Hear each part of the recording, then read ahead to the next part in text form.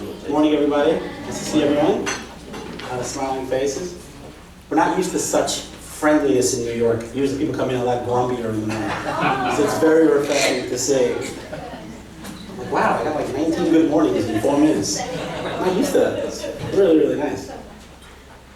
Okay, so I'm assuming that everyone here has some sort of a relationship with our organization at MCM Holdings. Whether you've done business with us already or in the process of potentially signing up with us, if you've developed a nice relationship with our business development manager, Gary Greenis, who's here. I've noticed a lot of very friendly, welcoming faces, seeing Gary for the first time or having a lot of experience with Gary on the phone, troubleshooting through scenarios, so it's nice to see that the relationships have started and developed. It's great to come and see our customer base. What we've been doing in the last 6 to 8 months is we've been strategically setting up these types of informational seminars covering the reverse sector in different sections of the market in the US and also in Puerto Rico.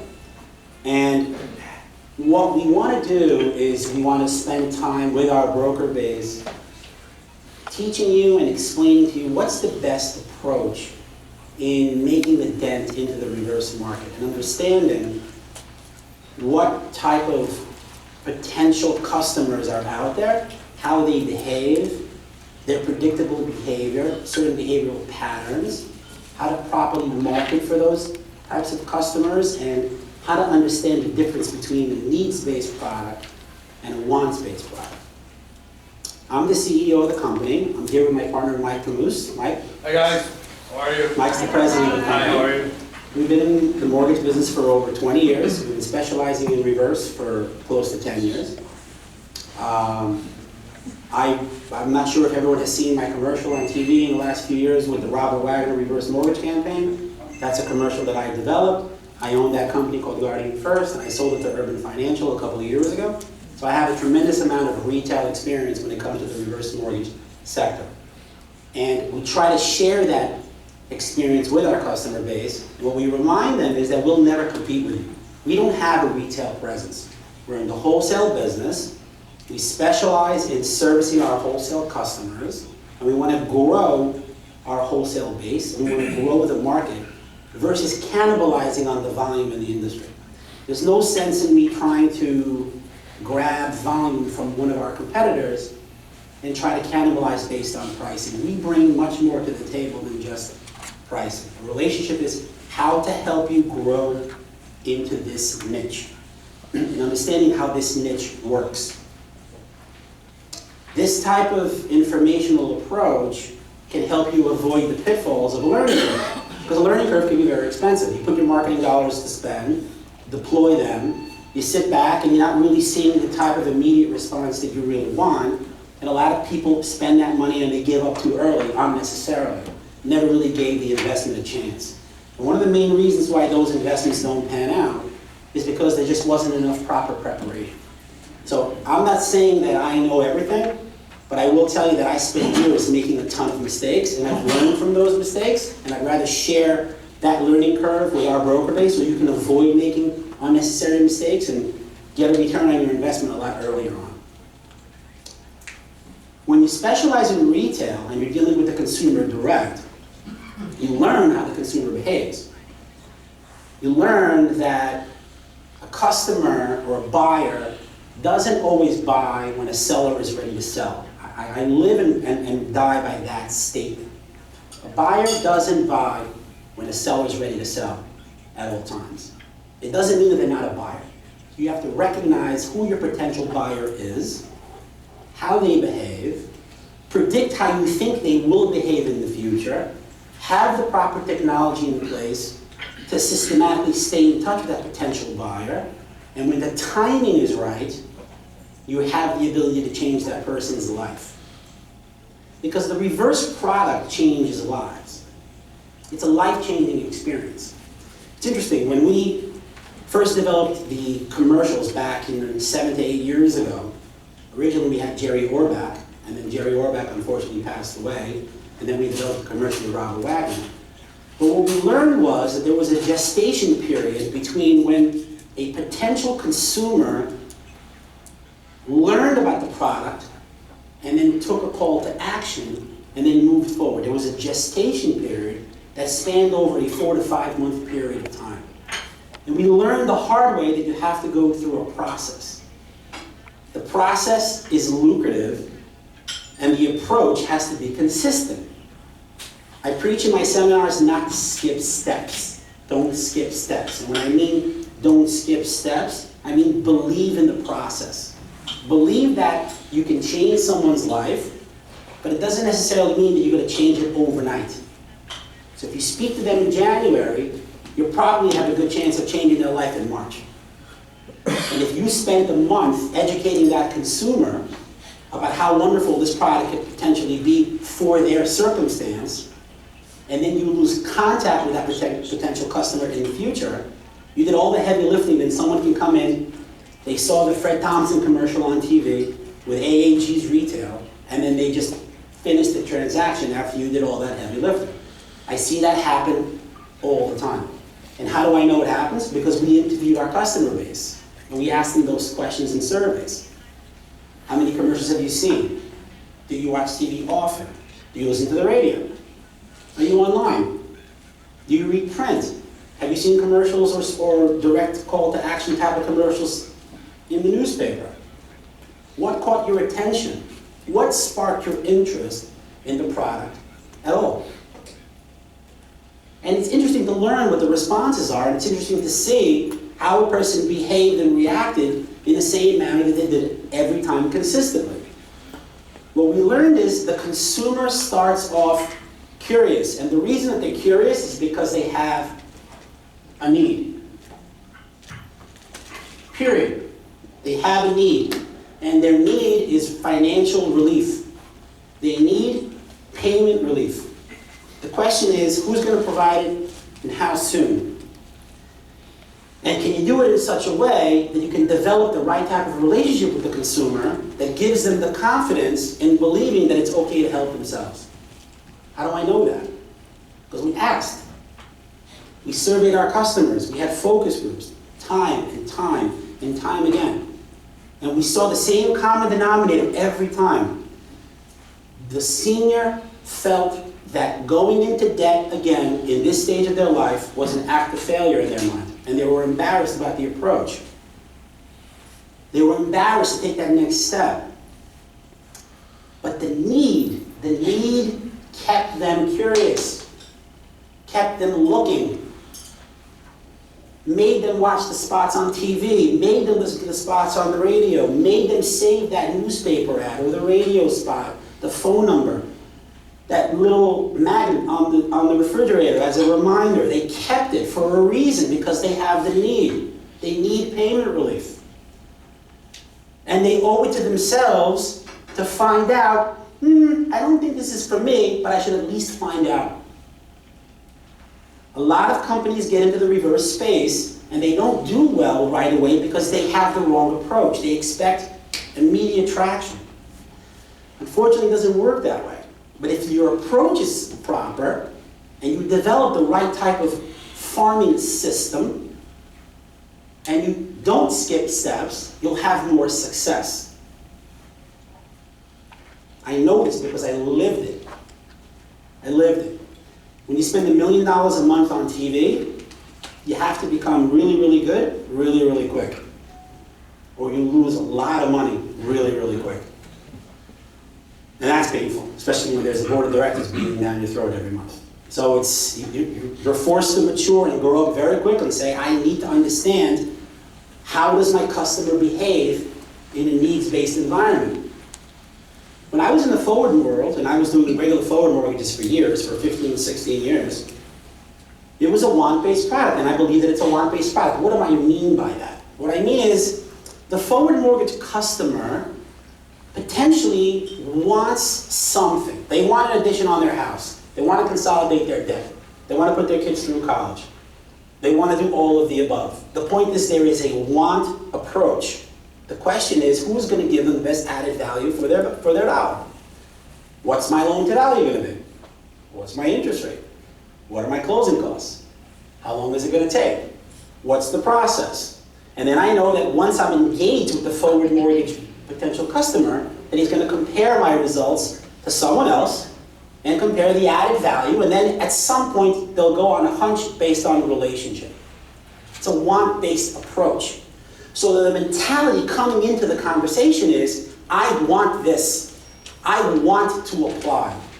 I'm not going to necessarily commit to you or you or you, but I want to do something. So it's up to us to fulfill that one with the level of service and make sure we don't drop the ball and put them into the right product. And the reverse side, it's a completely different approach. They're not coming to you wanting something. They're coming to you because they're curious to see, I owe it to myself to find out if this is for me, but I still don't think it is because the bank's going to take my house. My kids will be against it. I just don't think I'll qualify. I already have a mortgage. They're not going to give me a reverse. The common myths and misconceptions associated with the product that's very prevalent in the marketplace takes the consumer 10 steps backwards before they even get to the level of thinking about wanting something.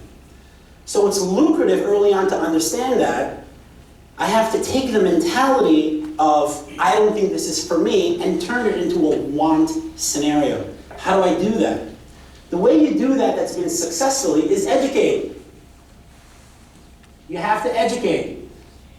If you notice commercials on TV, if you notice the call to action on has anyone seen the Henry Winkle commercial on TV? Raise your hand. Fred Thompson, AAG, raise your hand.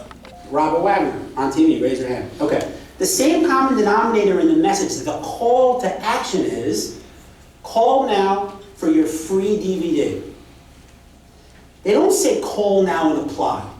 How come they don't say call and apply? Apply online. See what you're eligible for. It's not the approach. Call and apply is not what the customer wants to hear. So they'll watch the commercial and say, no, I'm not ready to apply right now, so I'm not going to call. So the approach to the consumer is educate. First, educate. When you're engaging the customer in an educational type of conversation, you're developing a relationship whether you like it or not. It's how it works. It's a natural progression. It's just human psychology. So if you have the skill set to engage in dialogue and keep the conversation interesting and relate to someone on various different levels, whether it be family, religion, sports, politics, or all of the above, and while you're engaging with them, you're educating them against the common misconceptions of what a reverse mortgage is all about. The bank doesn't take your house.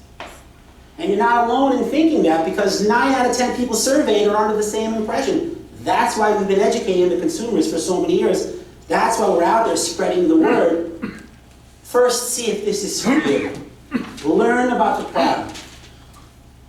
When you realize that you feel comfortable and understand the product, then let's analyze and see how we can change your life. And if at that point it's not worth it enough, if the need level isn't high enough, then this isn't for you anyway. And what did it really cost you? It cost you nothing, right? You spent time with me on the phone learning about the product, giving yourself an opportunity to help yourself.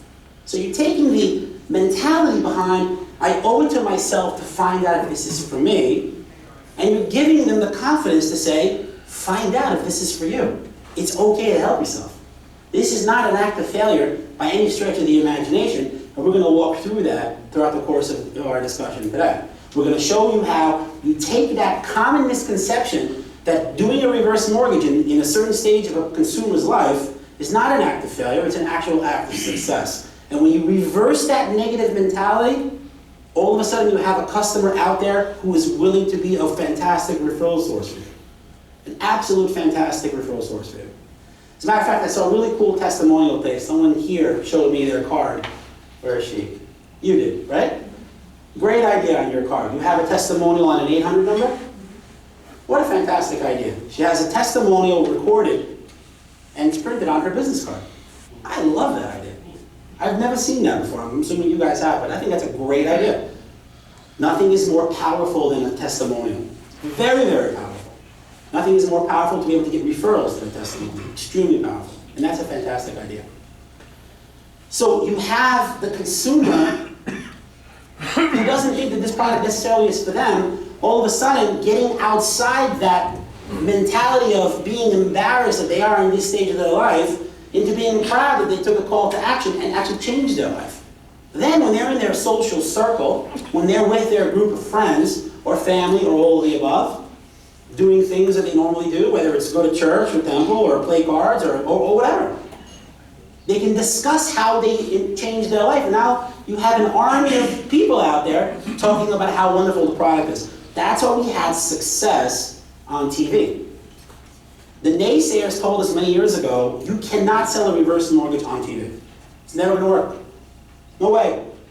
Never going to work. You're wasting your money. It's going to miserably fail. It's not going to work. We took that argument and we proved that a direct-to-consumer approach on TV works only if you educate. And that same principle applies to any type of marketing that you do, whether it be TV, radio, print, internet, or all the above. You educate this consumer first. So you educate, and while you educate, you build rapport. When you educate and build rapport, you can reduce the consumer's defenses, right? Their guard is down. And they kind of open up and tell you what's really going on in their life. How have they been getting by? How? Where is the money coming from? Everyone has expenses, right? You wake up in the morning, you open up your eyes, and life begins, and your expenses start. And the cost of living goes up. Year to year, the cost of living goes up. Social Security income doesn't go up. Your pension's not going to go up.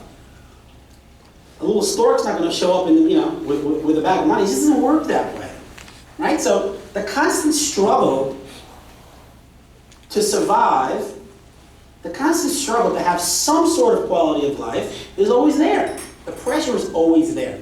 Why should a senior not have the ability to visit their grandchildren if they need to travel? Why?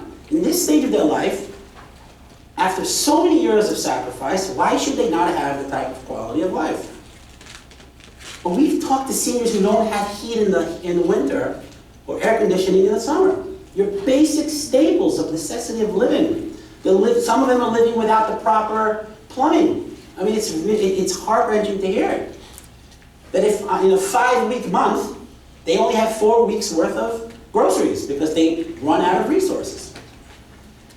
Some get by because they churn through their credit cards, and we all know that that's a vicious cycle because eventually you can't keep up with the payments.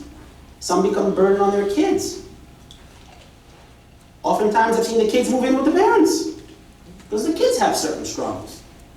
It's life, and it's the reality of life. It's the harsh and brutal reality of life. It's not easy at all, and it's not easy for a senior either. That's why the education process is so important. Because in the reverse world, if it's done properly, there is no aha factor. You can't look at me and say, aha, Jay, I got you. No matter how slick you sound and how clever you think you are, aha. There's this one little thing that you didn't tell the customer, and they're going to figure it out, and they're going to say, that guy's just a slick used car salesman. There is no aha factor. And when you have no aha factor, you're selling with confidence because you're changing lives. Right? If a person is physically ill, they have to go to the doctor. Can't ignore it.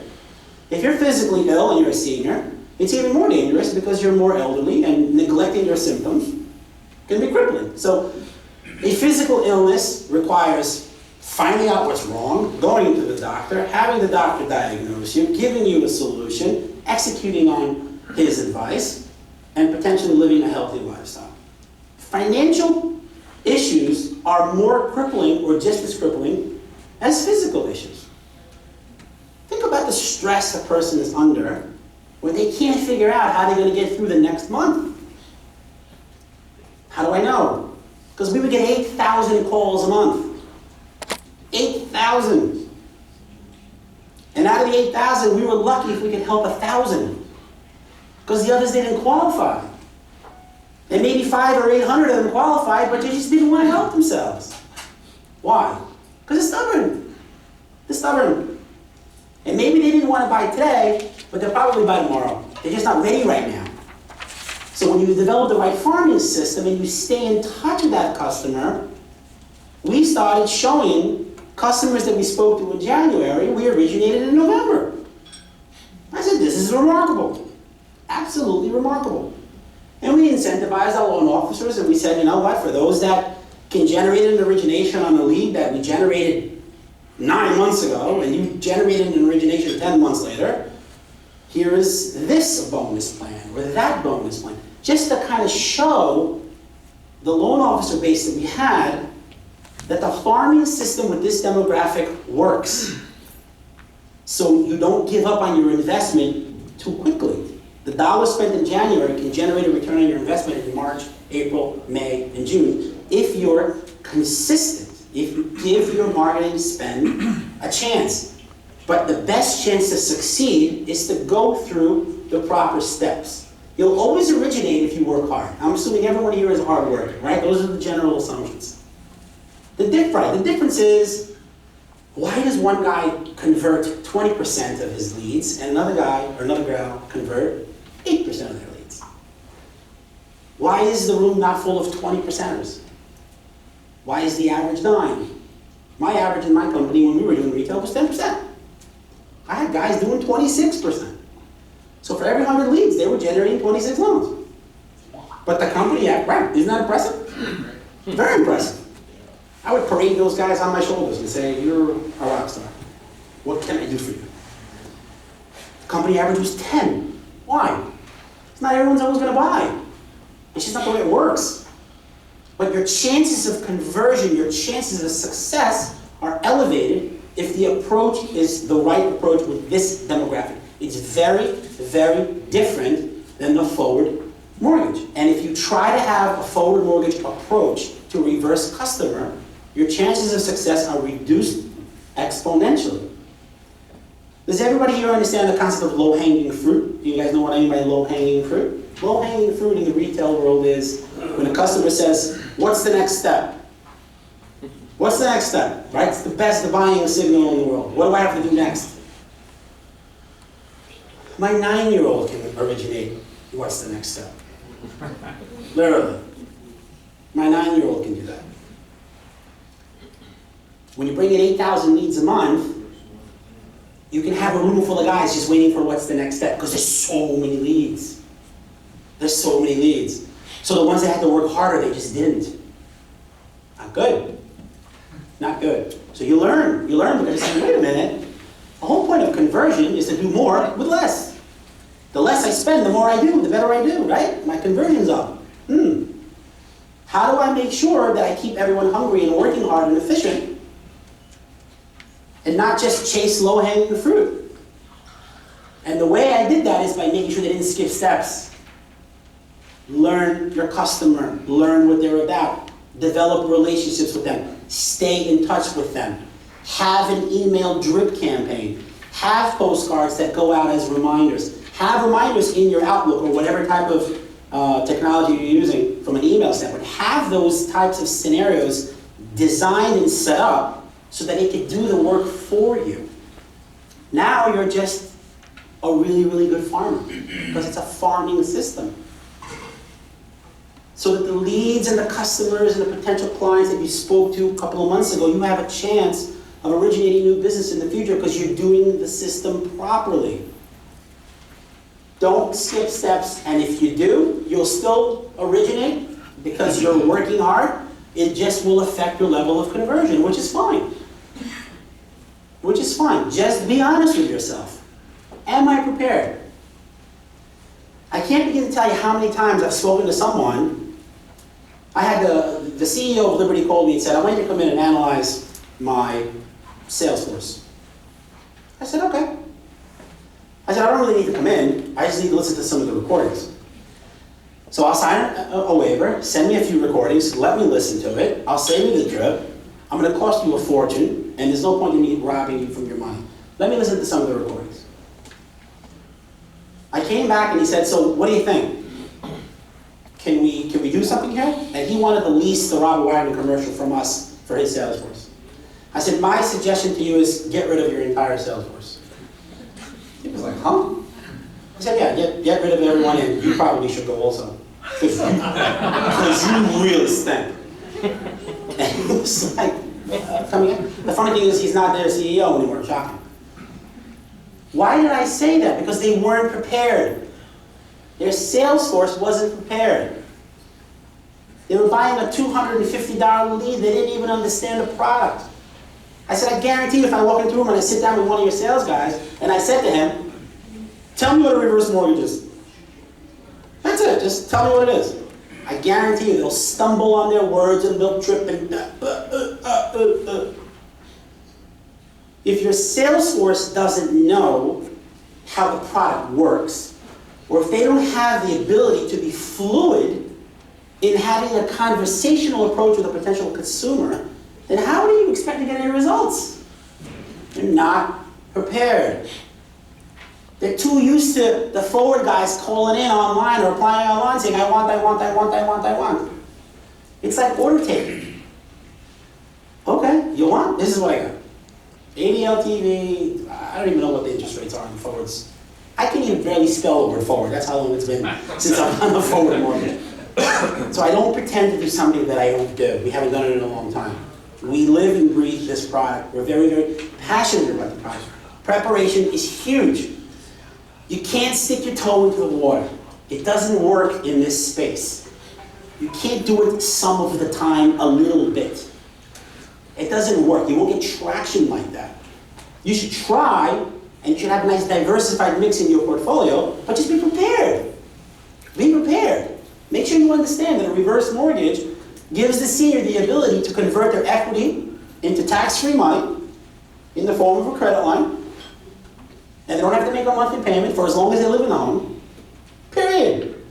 Be able to talk about it in a fluid manner. Be confident. Sit down. See how comfortable? You see how comfortable he's sitting? He's sitting comfortable because he's confident, right? He has confidence. He understands where he needs to be, and he understands what his approach is. That's how the demeanor needs to be with your consumer base. Because if you don't exude that confidence, if you don't exude the fact that you're prepared and this is all you do, you change people's lives, it'll come out in your performance. And as a farmer, you won't yield as many crops as you should. And I use that expression all the time. I used to sit in a room with 200 loan officers, and I used to, when they were done, they would want to smash through the walls for me. Why? Because I was honest with them. There's no BSing around. I'm not going to tell you what you want to hear. It's not going to help you. Be prepared. And when you're prepared, and you understand what the proper approach is, then spend your money. Give it a good chance. Give it an honest try. Align yourselves with investors that will help you. We don't expect you to give us all your business. We'd like some of your business. We'd like a crack at it. How many companies will go out there where the president or the CEO of the company will tell you, you can email me or text me direct? BS. I challenge anyone out there to tell me that they're going to do that. I challenge Reza at CEO of AAG to come into a room and be able to teach you how to originate a reverse mortgage. You know why he can't do that? Because he's never done one. And I know Reza really well. He's never done one. Otto Kumbar, the CEO of Liberty, has never done a reverse mortgage. Mike Hill, the CEO of Livell, has never done a reverse mortgage. Ever. They don't even know what a 1009 is. Guys, trust me when I tell you. They don't even know what it is. We have success in what we do because we are in the trenches, in the front lines with our customer base, in real time, all the time. All the time. You'll never be able to tell me, well, you don't really know what it's like in this market. BS. I do know what it's like in this market. I know what it's like in every market. Because when you're at war every day to financially survive in the financial services industry, you're either a general on the front lines with the troops, or you're some guy at an ivory tower looking down going, how are we doing down there? Mike and I are on the front lines all the time. All the time. Very, very much so in tune with what's going on in the marketplace. And we share that advice with our customer base. That's the added value we bring to the relationships that we develop. You'll be able to reach out to me and say, you know what, Jay? I'm interested in doing a radio campaign. I can give you 2 hours of advice on 100 things that you should avoid doing. because I made all of those mistakes, miserably, and probably wasted $1 million, easily. I can share that information with you. I can tell you how postcards will work properly and not, what to avoid. How does direct-to-consumer media work on TV? If you need advice, we can help you. These are the types of relationships that we develop, and we're very, very much so in tune with our customer base. We have these types of seminars.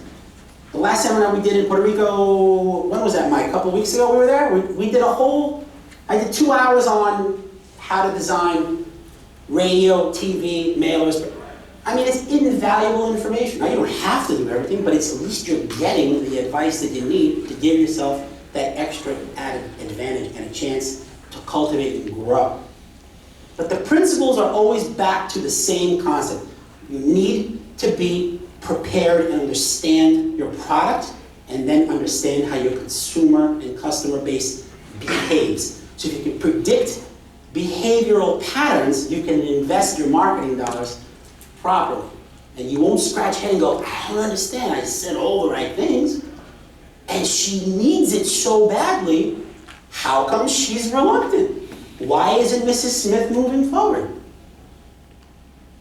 The other thing that I found very interesting in my travels and talking to various and thousands and thousands and thousands of people and listening to thousands of calls is most loan officers or originators don't ask a really, really important question. It's almost like they don't ask it because they're afraid of the answer. They don't ask a very simple question. What's stopping you from moving forward today? Nobody asks. It's such a simple question. What are they going to answer? Yes? They can't answer you. They can't use one word. They can't say potatoes. They have to answer you. I can't begin to tell you how many people don't ask that simple question. What is stopping you from moving forward today? They don't ask. Either they don't ask because they're not prepared, which is 9 out of 10 times they're not, or they're afraid to know. What's there to be afraid of? That's how you get to know your customers. Ask. I've listened to calls, and I've heard what I call the ahum factor, where the whole conversation is talking, and the customer says, 50 times, over and over. Everything is They and the loan officer to death. What just that? 40 minutes of Wow, and the loan officer thinks I'm killing it on this call. Killing it. She's agreeing with me about everything. And then, the natural progression, what do I do next, is I want to make the appointment to see them. Then the well starts. My cousin, my aunt, I was abducted by aliens, my dog ate my homework, I have a duck in the oven. The most ridiculous excuses you've ever heard. Because they were just going down highway. So I listened to the call and I said, well, let me ask you a question. You know, the customer was very, very agreeable. They ahummed you 100 times. And you couldn't make the appointment to try to go see them face to face, because that was their goal, to go see them face to face. Don't you think it would have been wise to say, you know, you sound kind of really, really agreeable, and you... What sparked your interest in calling in the first place? What made you call? You never even asked.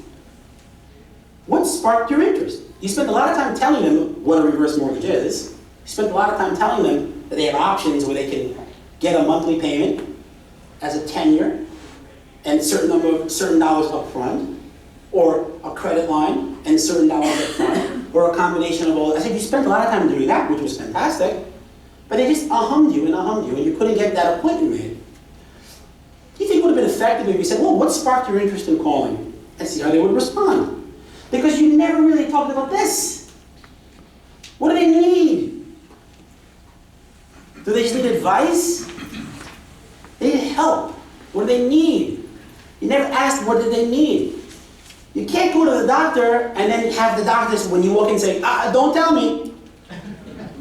Bronchitis. No? Yes. Lupus? Is it lupus? For Seinfeld guy? Seinfeld guys? Oh, Seinfeld friends. Okay, he got the Seinfeld reference. I'm a big Seinfeld guy. The doctor doesn't guess. The doctor doesn't guess. Those that frequent their doctor consecutively, or have had the same physician for a very long period of time, have the same common feature. They have a relationship. They have a relationship with their physician where they feel comfortable with him or her. So that when they come in, the comfort level is there, the defenses are down, they open themselves up, they share what ails them, they talk about what they need. The doctor says, oh, I know what's wrong. I diagnosed you, you have all your symptoms, you should take my advice, because you trust me, you need antibiotics. And you better take them, because if you skip taking them, not going to go away. Don't skip steps. Develop the relationship. Nurture your customer. You educate, you build rapport, and then you identify the need. How do you identify the need? What we did for many, many, many years is we did a financial worksheet. A financial worksheet is a simple analysis of income versus expenses.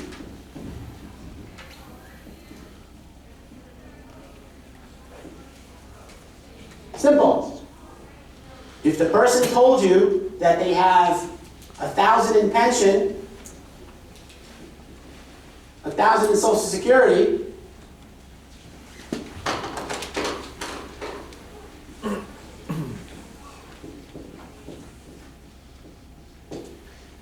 they don't have more than that. That's what they have. They wish they had more. I wish they had more, but they don't. And they're not just, it's not going to miraculously grow. Right? How do you know what their expenses are? You ask. You ask. You get into their details of their life. You ask things like, how often do you go to the hair salon? How often? Seems like a real personal question, right? Can't really ask personal questions unless you develop a relationship. When you develop the relationship and you kind of hit it off, then you can ask personal questions. Because what's the goal? The goal is to identify the need. You can't identify the need if you don't get the defenses down. You got to build relationships here. You're not fooling anybody. You're not trying to sell them fake land in Virginia, swamp. I mean, there's no catch here. So if you start getting into how difficult it is for them to survive, and you realize that their expenses are filled with all the mundane things that we all have, like groceries and electric bills and mortgage payments and homeowners insurance and health insurance and blah, blah, and car payments and all of the above, you realize that the biggest payment probably is $1,000 a month in the mortgage. I'm just making that number up. And let's say you have other incidentals that all add up to another $800. Let's call it $1,800. And if their total expenses are $28, and they're upside down $800 a month in the negative, there's your bronchitis. Right? You're not $800 a month in the hole, they're $800 a month in the hole. And this is the harsh reality of diagnosing a person's status of their life and the life cycle that they're in. So when you're educating them about the product, and you're explaining that this isn't for everyone, and they have to have the sufficient level of need, and you're going to go through the necessary steps to identify that level of need, and when you finally do identify that level of need, this gets you around any objection that the consumer could possibly have. What are they going to say? I don't need it? Where is this coming from? Where is the difference coming from? Your credit cards? The difference is coming from your credit cards. So eventually your credit limits are going to run out. You're not going to be able to meet the minimum payments. It's a vicious cycle. Your credit score is going to drop. You won't have access to more cash. How are you going to meet this shortfall? Actually, how have you been surviving so far? How long have you been living like this? How long have you been living with bronchitis? How long? When you have the relationship developed, you can start to be brutally honest. We both know, Mary or Tom or Jane or whoever, that you can't continue like this. You need to do something. Let's talk about those options. Option number one, do nothing. Do nothing is an option. Okay, so you do nothing, you're in the same boat. How long do you think this is going to last? The person will answer that question. Option number two, pray to God. God will provide. Does that work? No. I used to tell my loan officers, God helps those that help themselves. It doesn't send bags of money in the mail. It just doesn't. I wish it did. I wish it did. And I'm just as spiritual as the next guy. Believe me, I am. But it doesn't work that way. So praying, don't think it's going to work. So do nothing, out. Praying, out. Social Security and pension are going to miraculously go up? No, out. I know, forward mortgage. They're going to get a new forward mortgage. And that forward mortgage is going to pay the credit card debts and all that fancy stuff, and they're going to have new debts, and the new debt's now going to be $2,000. Still got to make a payment. You still have to make a payment.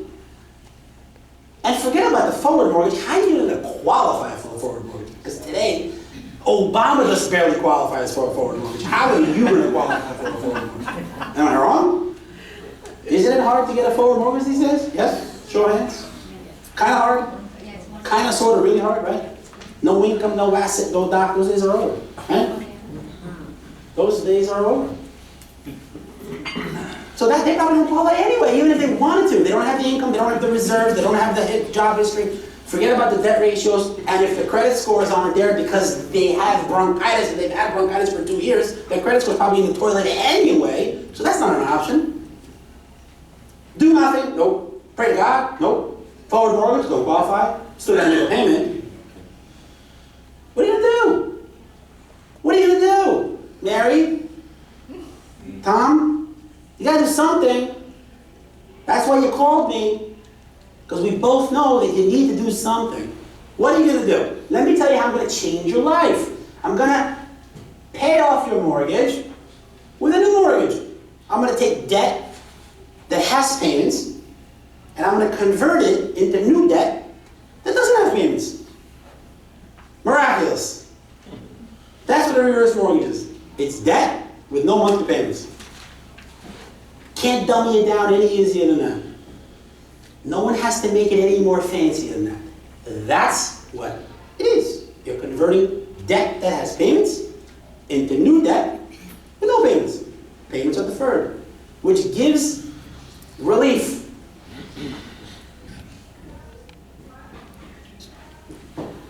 And the relief is immediate because you're eliminating the payments right away. It doesn't take them a year. You're waiting for the investment to start working in the mutual funds and blah, blah, blah, bullshit. No, it works right away. So you can change someone's life overnight. Overnight. Now, I've seen people that are $800 behind, but because the relationship and the process was rushed, they just didn't really have the comfort level with the originator. So they hummed them to death. Hung up the phone, went back into the living room, turned on the TV, saw another commercial, picked up the phone and said, listen, I already know how this stuff works. What can you do for me? Right. And they went from need to want. Need to want. Now they became a want-based power, low-hanging fruit. What's the next step? What's the next step? It's an interesting phenomenon. It really is, and it's so true.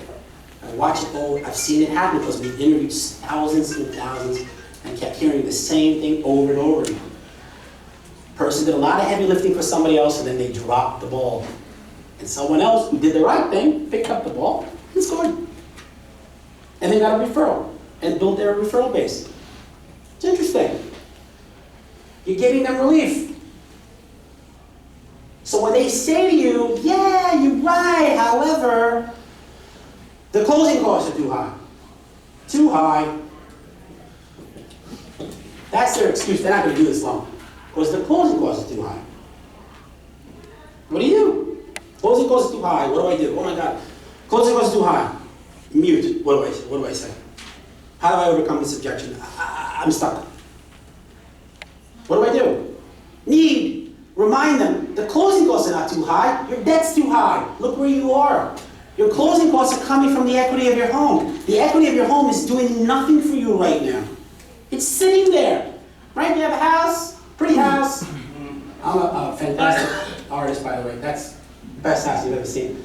You have this house, you have equity sitting there, you're equity rich and you're cash poor, and the equity is doing nothing for you. And you can't pay your bills. So you're going to tell me that the closing costs are too high? You're converting the closing costs from your equity to change your life. You're not going around the world on a luxurious yacht. This is a quality of life. What is that equity doing for you now? Nothing. It's doing nothing. You have to reduce it to the ridiculous. If the closing costs are 15 grand, and you're saving 800 bucks a month because your life's turned upside down, you're getting that money back in less than a year and a half anyway. So your equity is doing nothing. You don't have to come out of pocket for any of that. Your bronchitis is going to go away immediately. And let me ask you another question, Mary or Tom or Jane or whoever it is that you're talking to. When did you buy this house? I bought the house 25 years ago. Okay. How much did you pay for it? $250. What's it worth today? $500. So over time, property is appreciated and you've built up a lot of equity, right? Yeah. Aren't you going to get those closing costs back anyway? Do you plan on leaving the house? No. Do you plan on moving away? No. Do you plan on relocating to another state? No. So just through the natural progression of appreciation, the same appreciation levels that you've benefited from over the last 25 years, why wouldn't that apply to you now? It would, right? It makes sense. So what is it really costing you? You're just converting equity that's doing nothing for you to change your life. That's what I mean when I say that if you're prepared and you develop the right relationship and you ask the right questions and they overcome you with some sort of an objection, you overcome it with the bare basics of the necessity. What is the need? How are we going to fix that need? And this justifies you doing it. So time and time again, people will come to me and say, I said all the right things, and then she hit me with this question, and I just couldn't get her to move forward. And I say, well, what was the need? I didn't get that far. So how could you help someone, and how can you diagnose them if you didn't even figure out what it is that ails them? You skipped steps. And that's why you can't overcome that objection, because you're not prepared. So if you can't change their life, and if you can't show them that it's a needs-based product, that it's not for everybody, then you'll never be able to overcome any of the objections. So what you did is, you did some of the work, then they got off the phone, because they had options. They called somebody else who did it properly, and they're going to benefit from some of the heavy lifting that you did. Congratulations. It's a shame. It's really, really a shame. And I've seen it happen time and time and time again. So it's critical to convert a inquiry, some sort of an inquiry. You go from inquiry to application, which means you change the mindset. They're curious to know, is this for me? And then the mindset is, what's my next step? If you do it properly, the consumer will behave and react the proper way. Because now they feel comfortable and say, all right, well, this makes a lot of sense. It makes sense, and I do need help. Need. And if it still doesn't work, you're going to stay in touch with that customer anyway because they need it today. And remember what I said earlier when we started. A buyer doesn't necessarily buy when a seller is ready to sell. It doesn't mean they're not a buyer. I'm ready to sell all day. Every day, all day, everywhere. I'm ready to sell. I'm prepared. Because I know my product. So I'm confident. I'm confident that if I can sit with you one-on-one, I can keep up with my end of the conversation. So I'm going to exude confidence because I know my product. Not because I'm smarter than you. Not because I'm smarter than you. I just might be more prepared. I put in the effort. So I have that added advantage because I'm prepared. So many people are not prepared. So they give it a little bit of a chance, and then they go, I didn't get the reaction that I got normally when I spend my money on marketing like I do on my forward loans. Yeah, because it's different.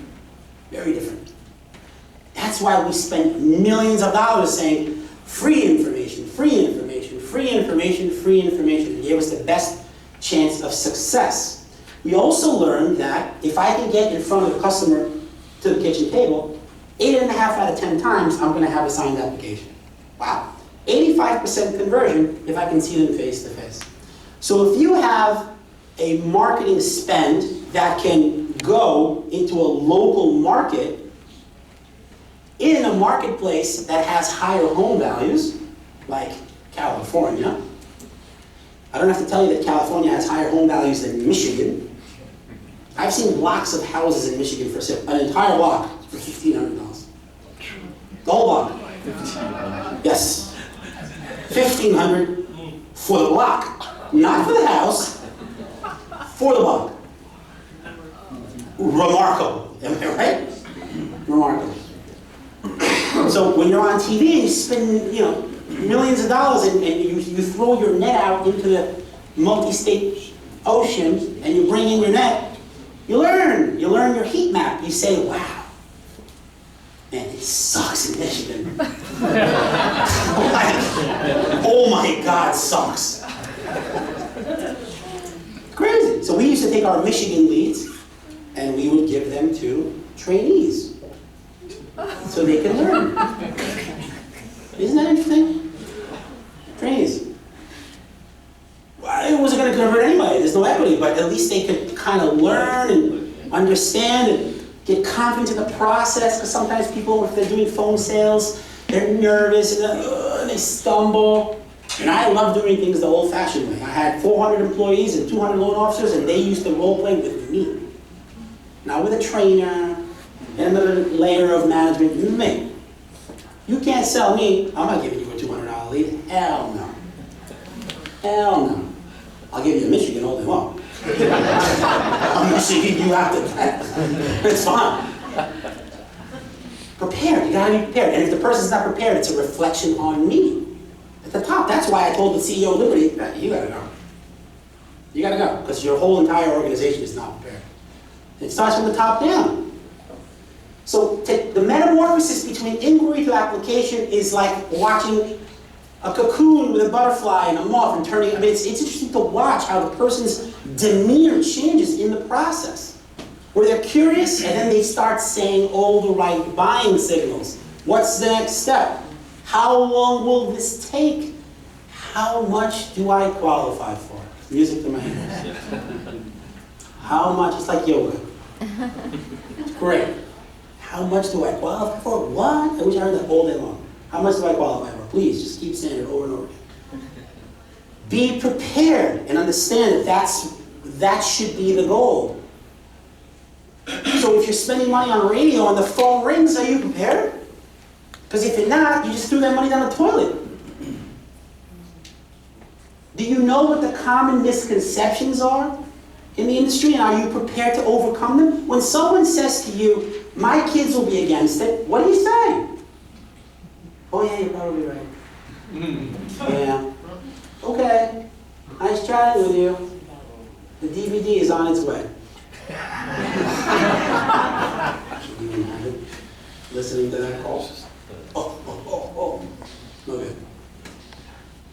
So you have to have the confidence to say, yeah, you know what, it sounds kind of common. I hear that all the time. How many kids do you have? 2. Where do they live? Is one local? Yes. One lives 2 blocks away. Perfect. I'm going to send someone to come see you, or I'm going to come see you myself, and I want your kids to be there. Let's get them involved in the process. I got nothing to hide. There is no aha. What is he going to figure out, or what is he or she going to figure out? That you're not $800 a month in debt? They're going to discover that? Because you are. And I'm going to show it to them. Yeah. Because you have no other options? I'm going to kind of show that to them too.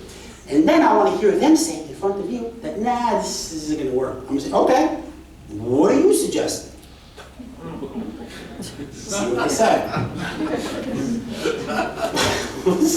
Think about it. What do you suggest? What is the plan? What is the plan? Get the kids involved. Get the kids involved. You gotta be prepared. You gotta be prepared, guys. It's so important. So you convert from inquiry to application, which is eligibility, and then you set the expectations. Set the expectations on the process. And I'll explain to you what I mean by that. Everybody heard of counseling? Raise your hand. Counseling. Third-party vendor. Consumer safeguard. It's a consumer safeguard that's designed to have the senior be counseled. Okay. Why? Why do we need that? Why do they have that? What's the point of this? Isn't it kind of silly? Unfortunately, the world is filled with deception. And the elderly are the target. It's just the reality of life, right? We're all targets. Identity theft, this, that, and the other. Happens all the time. And the elderly are preyed on. So they introduced a third-party vendor to basically make sure that the customer understands, did you know that this is a mortgage that you're getting? This isn't some sort of a senior subsidy that you're getting. This is a mortgage. Do you understand that this has closing costs? Do you understand that even though you don't have monthly payments, you're still required to pay it back? So the consumer safeguards that are designed, the counseling that's designed, you need to use that to your advantage. Why? Because you're going to be behind. So if you sold the product properly, if you educated the consumer properly, then the counseling should be a formality, right? And that's what I mean by setting the expectations. I would tell the senior, look, here's what's going to happen. We're going to get to know each other first. You're going to realize that I'm not such a bad guy. And I have a family, and I have ailments just like everyone else. And I put my pants on one leg at a time. And life is a struggle for everybody. And you're not alone. The difference between you and somebody else is you might be lucky where you are eligible. Somebody else isn't. Which means you have options and they don't. That's a big plus. So what we're going to do is we're going to make sure that throughout our relationship, whether it be today on the phone, tomorrow as a follow-up, next week as a third call, face-to-face when I see you, we're going to make sure that after I'm done presenting you with the facts, that we're going to have a third party dot the I's and cross the T's. And they're going to make sure that you understand everything that I told you. Because if you don't, write down some questions. So then the next time we talk, I'll answer those questions. I told hundreds and hundreds and hundreds of loan officers, always offer that. It's a great way to set up the next call. You make an appointment, right? You're not going to sit back in your office, when is this guy going to call me back? Make appointments. Engage in the process. Engage in the relationship. So the counseling is going to be scheduled on Wednesday, whatever. Let's go over some of your concerns after the counseling is over, in case there are any, on Thursday. How's 1 o'clock? Don't ask, can I call you Thursday? Make the appointment. What are you afraid of? What are they going to say? No? No, you're ugly? That's not how it works. You got to engage in dialogue. Make the appointment, set the expectations, explain how it should normally work, and follow up. If you sold it properly, then the counseling is just a formality, and it should just memorialize some of the things that you've done. One of the things that we've learned over the years is a lot of companies relied on counseling to sell the product. Humongous mistake. Humongous, humongous. You might as well just take your hand, roll it into a fist, and punch yourself in the face. Repeatedly. Just do this. You might as well do that. Because it's such a foolish thing to do. How do I know that? Because we would analyze all of our metrics. I would say, I gave out 5,000 leads. We had 500 applications go out. We had 400 applications come back signed. We had 300 counselings ordered. We had 270 counselings completed, and we only had 100 appraisals ordered. What happened? 270 counselings got completed, but only 100 people decided to move forward. What happened? What happened? Fortunately, through technology, you listen to the calls, and you sit there. I literally sit there like Rain Man, 10 minutes to Lochner, and listen to every call like a lunatic, and realize, oh my God, my salespeople are not prepared. They're relying on the counselor to sell the product. They didn't sell the product properly, and the counselor did not do a sufficient job and scared the consumer away. It's because the loan officer just did not put in the necessary effort to develop the relationship, and they skipped steps. So you learn the hard way. So instead of utilizing the counseling as a consumer safeguard to dot the I's and develop the strength and solidify the relationship that you had, it just unilaterally undid everything that you're trying to do because it was a piss poor job. So you watch your metrics and you see, why did my sales metrics stop there? What happened? What are we doing wrong? And it's because they relied on the counselor to sell the loan for them. It's a humongous, humongous mistake. Humongous mistake. It's the best advice that I can give you. Either you follow it, you do what's unique for you, but it's advice based on historical trends that either succeed or fail. I can tell you a lot more failures than I can successes. That's just how it works. Because if you say your conversion is 10%, it means you failed 90%. Right? So I failed 90% of the time, I succeeded 10. No one talks about the 90. They talk about the 10. What about the 90? So if you financially understand how your business functions, if that 10% brings in enough revenue, you're fine. You're good. As long as you understand, why did I fail during the other 90? What am I doing wrong? How can I improve? So you set the expectations and you explain to them that counseling is required. They're going to dot the I's, they're going to cross the T's, and if you have more questions at that point, I'm going to talk to you on Thursday, we're going to go over those questions at that point. Then you're going to explain the next process, which is introducing the appraisal and what happens thereafter, how the loan will take on a life of its own, how the operational part of the transaction takes on a life of its own. And it's so important to interact with the customer. You don't just get into the point of saying, okay, what's the next step? And then you say, all right, now I'm going to work on the rest of my low-hanging fruit. No. This is a life-changing experience. If it's done properly, you're going to have weird things happen to you. Like people will send you a cake in the mail. A cake! Homemade cake. In the mail. Remarkable. Has anyone ever had a bizarre experience where they all of a sudden get fresh made cookies come in a box? I mean, it's crazy. Mike? Yes, we do. Happened over there, right? Cakes with the name on it. And thank you.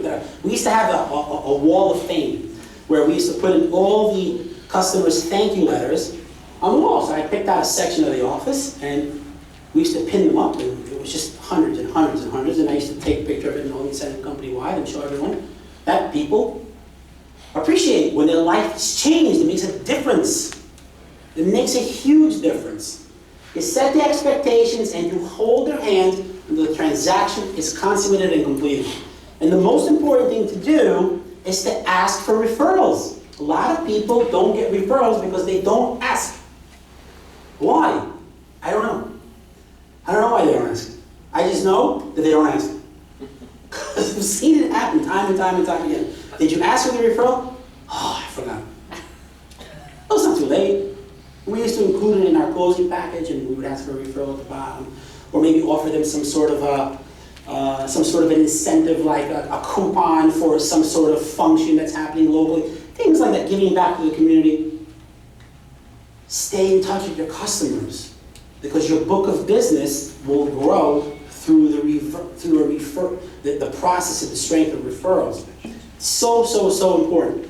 And what I wanted to talk about is how the mentality between an act of failure and an act of success is so important.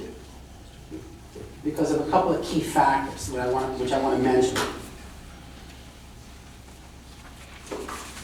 First of all, it's important to understand that when you're dealing with a consumer who is in their 80s, they might have a different approach towards life in general from a cultural standpoint than someone who's in their 60s. Why? Because it's a different age group, it's a different demographic. They have different philosophies. They have a different outlook on debt in general. They have a different way of doing things. They have a different tolerance level. They have a different tolerance level for bringing on new debt. They have a different tolerance level for inviting someone to their home to see face to face. It's different. And the important thing is to recognize that not everyone is the same. So when you're talking to a 63-year-old borrower, your approach should probably be different than when you're talking to a 4-year-old borrower. It's different. They're extremely different. One of the interesting lessons that I personally learned was I gave a reverse mortgage to my parents. Thought it was a wise move. They wanted to give back something towards their grandkids. And we basically said, I said to my dad, instead of making payments to pay the house off every month, why don't you just do a reverse and put money away for your grandkids? Do it like that. I don't want your house, and you don't really need to make it. All you're doing is paying down the payments so that you're going to give the house away. I mean, that's the progression that's going to happen. So instead, why don't you do something nice for your grandkids, because they live and die for their grandkids. What's interesting is my own dad, who's very proud that the son developed this big campaign and built this big company and sold to a humongous, couldn't be more proud. I had to sell him. And I had to go through my steps. And if I skipped a step, God help me. He was all over me. He actually said, nah, it's too good to be true, it isn't catch. I go, Dad, it's me, and there's TV, and there's a celebrity, it's a big company, we're like really big. Yeah, but no, there's something that's missing, you're not telling me something, you're hiding something. What? Your son, and we're close. We're close. I still had to go through the steps. I couldn't believe it. I really could not believe it. And my mom was like, you know your dad, so what did you think was going to happen? You're going to say, just trust me, do it? I was like, no, do it right. And I was like, wow, she's right. She's absolutely right. I also realized that he was in his 72, and his mentality was different than some of his friends who were in their early 60s, who happened to be around, and we would cabal and talk. And these are executives with big net worth, and these guys understand, they're all over understanding how negative amortization works and how appreciation works and the pitfalls of this, that, or the other. But their approach towards encumbering debt was different because they were younger and they were more readily willing to accept being creative and doing something different than someone who might have been older. Which is very, very interesting. And you kind of learn that Generation X and that Generation Y, and how to approach a baby boomer, and why the conversation with an 85-year-old is different than the conversation with a 65-year-old. Very, very different. And not everyone fits the same size. And you have to learn how to approach that. You have to do it gingerly, and you have to do it properly, and you have to make sure that the basic fundamentals is trust. You have to develop trust. And if you don't know what you're talking about, you will never gain that trust, because they will size you up in 3 seconds. Just like that. And it's remarkable. So, I remember early on in the game when I was talking to a customer years ago, and I wanted to understand, why do you consider going into debt at this stage of your life, a new mortgage transaction? Why do you consider it an act of failure? Why are you embarrassed? Why are you hiding behind here and like peeking in at a reverse? Why is this the approach? Why? What's going on in your head? And she said to me, she goes, I've been killing myself For 22 years, I bought this house 22 years ago, and I've been making a payment every month, $1,500 a month. And I originally borrowed $300,000, and now I owe $80,000. Every month, I've been making a payment for 22 years. Every month, sacrifice and sacrifice and sacrifice and sacrifice. Now I'm going to go back up to 200 and whatever it is that I'm eligible for. She had a hard time swallowing that concept. And she considered it an act of failure. She was embarrassed that she had to do that in this stage of her life. And I said, no, you're looking at this the wrong way. You're looking at it completely the wrong way. I said, let's go back 22 years ago. Tell me about your life. Well, I was a teacher. I said, how much were you earning? What was your highest earning point in your career? She said, my highest earning point was $60,000 a year, which equates to $5,000 a month. I said, okay. Your payment plus taxes and insurance is $2,000 a month. I said, 20 years ago, and during the life cycle of 20 years, this is 40% of that. It's doable. Doesn't leave a lot of skin, meat on bones, but it's doable. And you had the luxury of buying a home and living in your life and raising your kids and growing your kids and putting them through school and putting them through college and helping them get married and helping them get divorced and helping them move into your house and moving into your basement and throwing everybody back. You're living the cycle like everyone else lives. And you're not alone because it's a common story everywhere. But what you did consistently for 22 years is you made this payment and you invested in this little house of yours. So when you got a $300,000 mortgage and the place was worth $350,000, 22 years later, it's worth $600,000. So you made a fantastic investment. So let's talk about why I don't think it's an act of failure, but I think it's an act of success. Because what you did is, today, your fixed income is $2,500 a month. You're not making $5,000 anymore, because you're retired. And your spouse passed away, unfortunately, so you don't have that other income. This is why you're struggling, that's why we're on the phone. Because you're struggling. However, you are now eligible to tap in the best asset you invested in and sacrificed for 22 years in the time of your life when you need it the most. And the only thing you need to do to qualify is apply. Do you live in the home? Yes. Congratulations, you qualify. You qualify. I don't need to know your income ratios. I don't care about how much money you have saved in the bank. I don't care if you're on the job 2 years. I don't care what your credit score is. I don't care about any of that. Is it your primary residence? Yes. You're good. So you positioned yourself in the stage of your life where you have the lowest level of income, in the time of your life when you have the highest level of need for relief. You're eligible. That's an act of success. Now, I can show you 1,000 other people with the same story. Same. The difference is, in the last 22 years, they refinanced 9 times. They took the money out, took the money out, took the money out, took the money out, took the money out, took the money out. And today, the house is worth $600,000, but they owe $490,000. They don't qualify. And guess what? Their fixed income? Same. They're not eligible.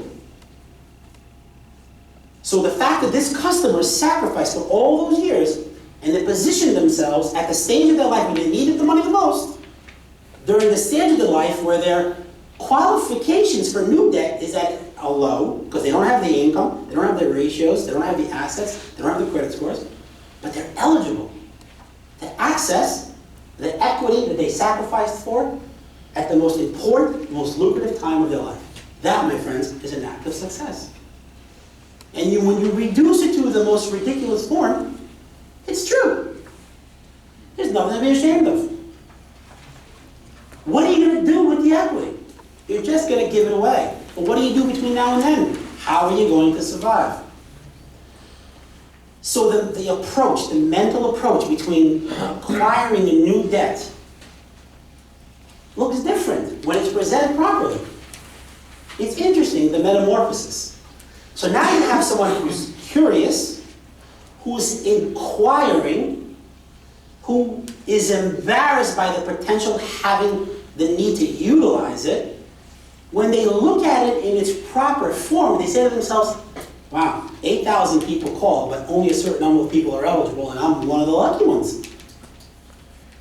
Because there are so many other stories of people that are literally sobbing on the phone, they need help, and they have no one to turn to. No one. Zero. That's rough. That's really, really rough. So you take the mental approach of an act of failure and you turn it into an act of success, which is the reality of what's going on here, and you change lives. The whole mental approach behind, should I do this or not, is viewed very differently. Then you watch what's the next step? What do I do next? How much am I eligible for? How long will this take? Can you come to my home? Or where do I go for the closing? Oh, that's my favorite question of all time. Where do I go for the closing? That's the best one. The greatest one. And what's great in our industry is everything can be done custom fit to their needs, right? The notaries come to their home, the appraiser comes to their home, the counseling's done on the phone. You can see the customer face to face if you have a local geographic reach. It's custom designed and tailor fit perfect for that demographic. And everything is always based on the same premise of education. And you cannot educate unless you're prepared to educate properly. So when you realize that you want to do a reverse mortgage, understand that you are looking to change someone's life. And that's powerful. And that commands referrals. It absolutely commands it. It will happen. A lot of people just lose touch. They just say, okay, I had it. Thank you so much. And they send you a cake and that's it. Why? Stay in touch with them. Do you know anyone?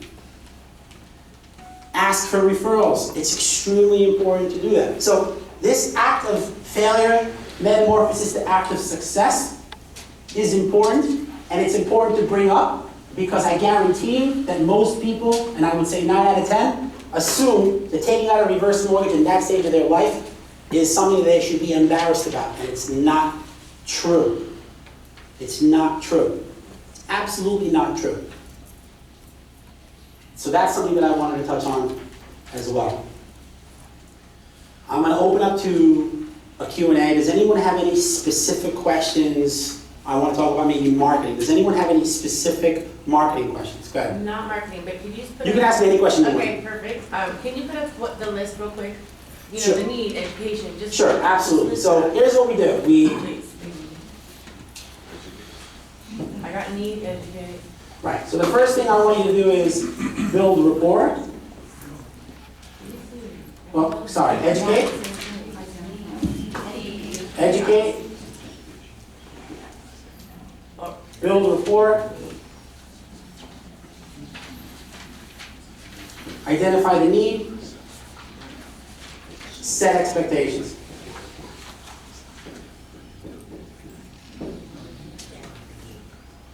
Is that clear?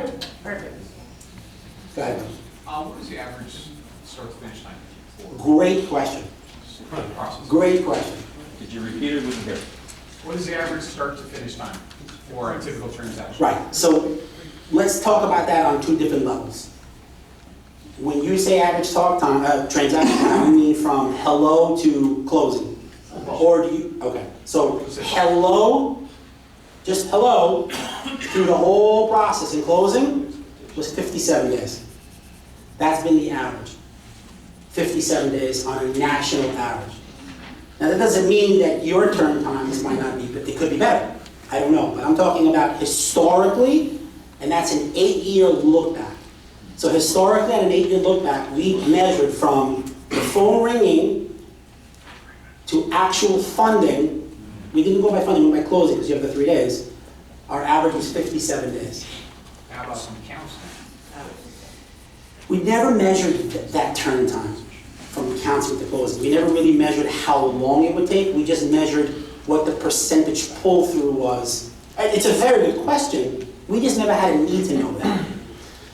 One of the reasons that we measured the gestation period from hello to closing is we wanted to understand, okay, I'll put it on a waterfall and I'll show you. And this doesn't necessarily mean that it's going to be applicable to whatever it is that you're doing. It's just a methodology, okay? So what we would do is I would create a calendar, January, February, so on.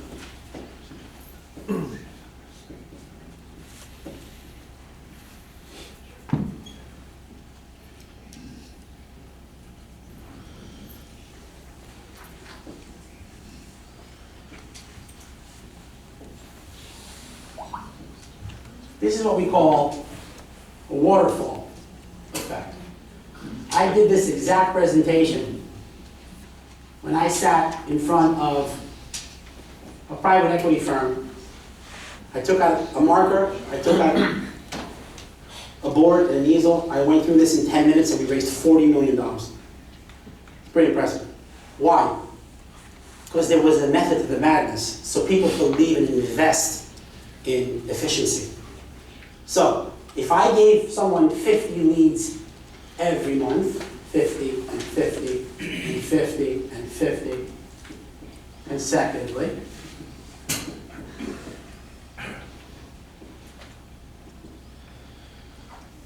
we would expect the following waterfall effect from a percentage. And I'm just going to write stuff out, and then I'll explain it after, okay?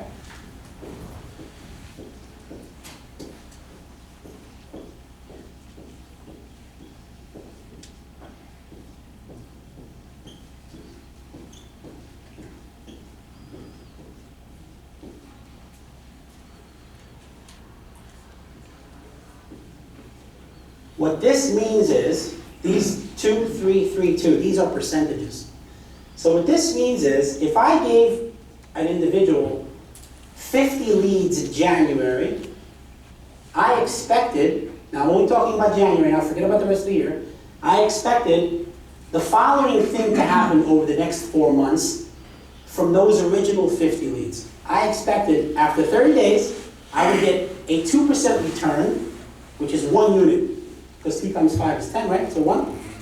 Then another 3% from the first 50, which is a 1.5. Then another 3% from the first 50, which is another 1.5. And then another 2% from the first 50, which is another 1. When you add all that up, it equals 5. Which means that over a 4-month cycle, I expect at least 5 originations from the first 50 leads that I planted seeds on 4 months ago. So I expect the farming to produce crops over a 4-month period of time. And in the next month, the same loan officer got another 50 leads.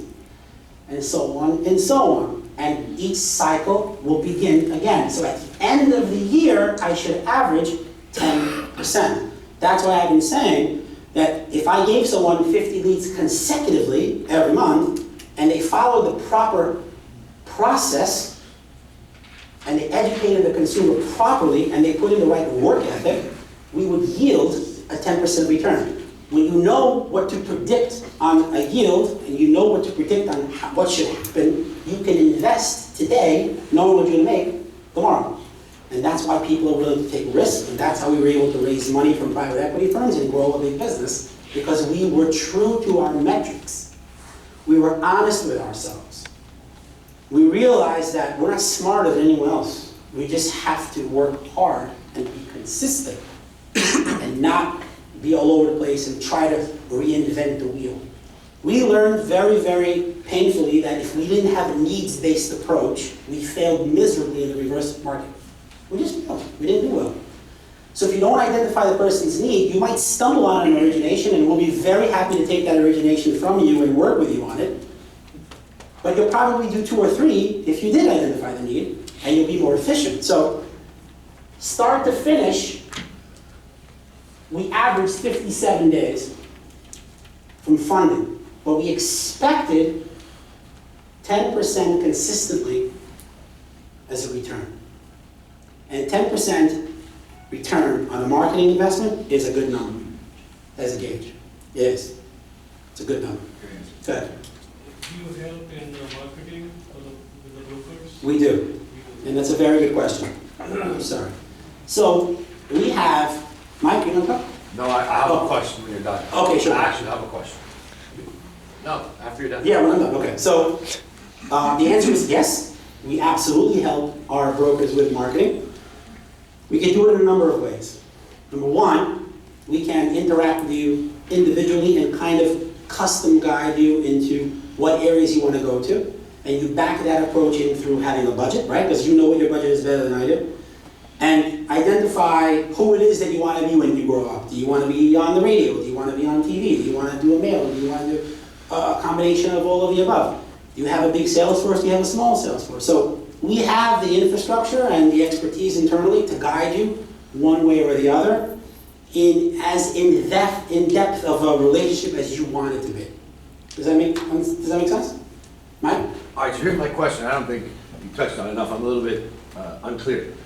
When doing a financial analysis, would you say from 1 to 10, how important is doing a financial analysis for a customer? It's 100. Thank you. It's 100. And we didn't do any loans in our office ever without a financial analysis, and mortgage broker could not come to our office without one in their hand. It is paramount to your success. Absolutely. These files, paramount.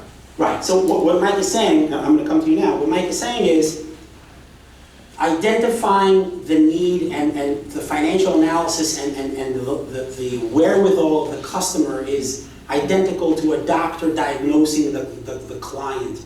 Without diagnosing the client, even though you brought the transaction to life, your chances of closing it are diminished exponentially if you didn't diagnose them properly, right? It's almost like saying, I know you're sick, I'm just going to throw some medicine at you and see what happens. That's not how it should work. It's not how it should work. Go ahead. So based on that, you guys have some kind of template or something? Absolutely. We have that in a PDF form, in a Word doc. I can connect you, Gary. I have another question. The answer is yes, we can deliver it to you electronically. Go ahead. I've heard that starting New Year's that there's going to be a 1-week waiting period after counseling before we can take a nap. Is that true? Okay, so you're talking about the new law that there's a 7-day waiting period between, I believe, the counseling is completed and taking an and then the 1009 is signed. Yes. So you kind of need to factor that into your timing, right? So if you know that that's the case, right? No one's rushing a transaction anyway. Do you agree? Right. Right. So it's not like you talk to them on Monday, you cancel on Wednesday, you close on Friday. Theoretically, that's the subprime world, and we all know how that turned out. So if you time it properly, and first of all, it's a very, very good point. I'm glad you brought that up because it's unique to this state. Because we don't have that in most of the other states. Around the corner. Right, but it did pass here. I don't know if it's effective as of January. Is that a fact? That's what I've Gary, is heard. it January? Yes, it is. Okay. Is that in law already? Yes, it was Is that passed. California specific? Yes, That's why. it's California specific. Ah, So it's applicable here. There are some funky laws in a couple of other states, like in Massachusetts. It's really hairy in Massachusetts. It's even more, it's rougher there. But yes, the answer is yes. I'm sorry, go ahead, sir. Do the proceeds from a reverse affect someone's low income status? You know, Okay, very as good far as question. affecting their federal or state Okay, benefits? so the proceeds from a revert, that's only if you're on Medicaid. So if you're on Medicaid, am I right? Yes. Okay. Do you want to answer? I'm not saying, do you have experience with it? Yes, Go ahead, if you don't mind. because Medicaid, they're only allowed a certain amount of money on a monthly basis or yearly basis, and the money that they receive is considered income, even though it's tax-free income. So it will affect them, but there are ways to go around it, just being creative. That's right. There's plenty of people that have money not sitting in that particular account for a specific period of time that we're able to benefit from. I'm not going to teach you how to scan around Medicaid, but it can only affect you if you affect Medicaid. But yes, go ahead. Yeah. Two financial questions for those of us that have done reverses. Sure. What would somebody getting into the market, what's an expectation for average lead cost per lead Okay. and profitability? Okay. Very good question.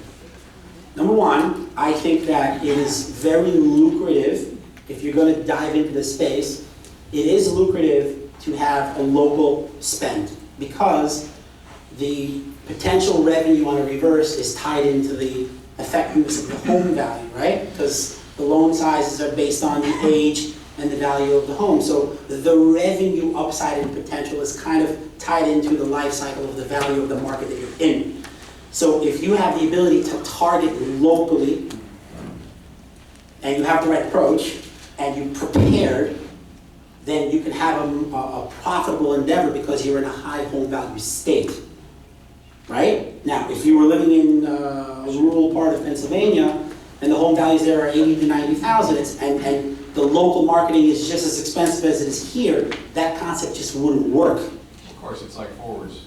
We have a set lender pay percentage now, and I'm much better to do loans locally than Right. in Riverside. Right. Now, the other advantage that, very good point. The other advantage that I kind of want to mention is when you're doing business with some particular investors in the marketplace that do a lot of forward mortgages, and you're a broker and you're online with them, they are forcing you to have the same compensation plan that they have on the forward side on the reverse side. Yes, really. So, do you agree with me? For a fixed rate? Yes. In general, they're forcing that burden on you for their own benefit. We don't, right, most of you will learn that the hard way and then you're like, oh, I didn't even realize that. So it's important to touch on that because we don't have that methodology here. We specialize in reverse, we're only doing reverse.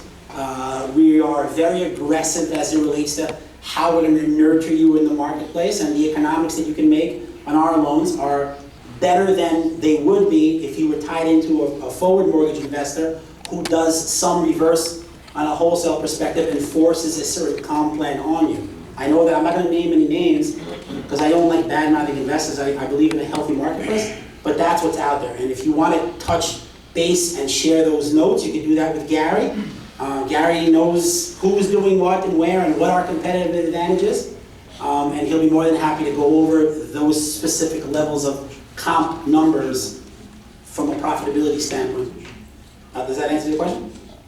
I didn't hit any numbers. Though. Well, it's kind of hard to say. I don't know what you mean. I don't know what you're going to invest in. Marketing at least.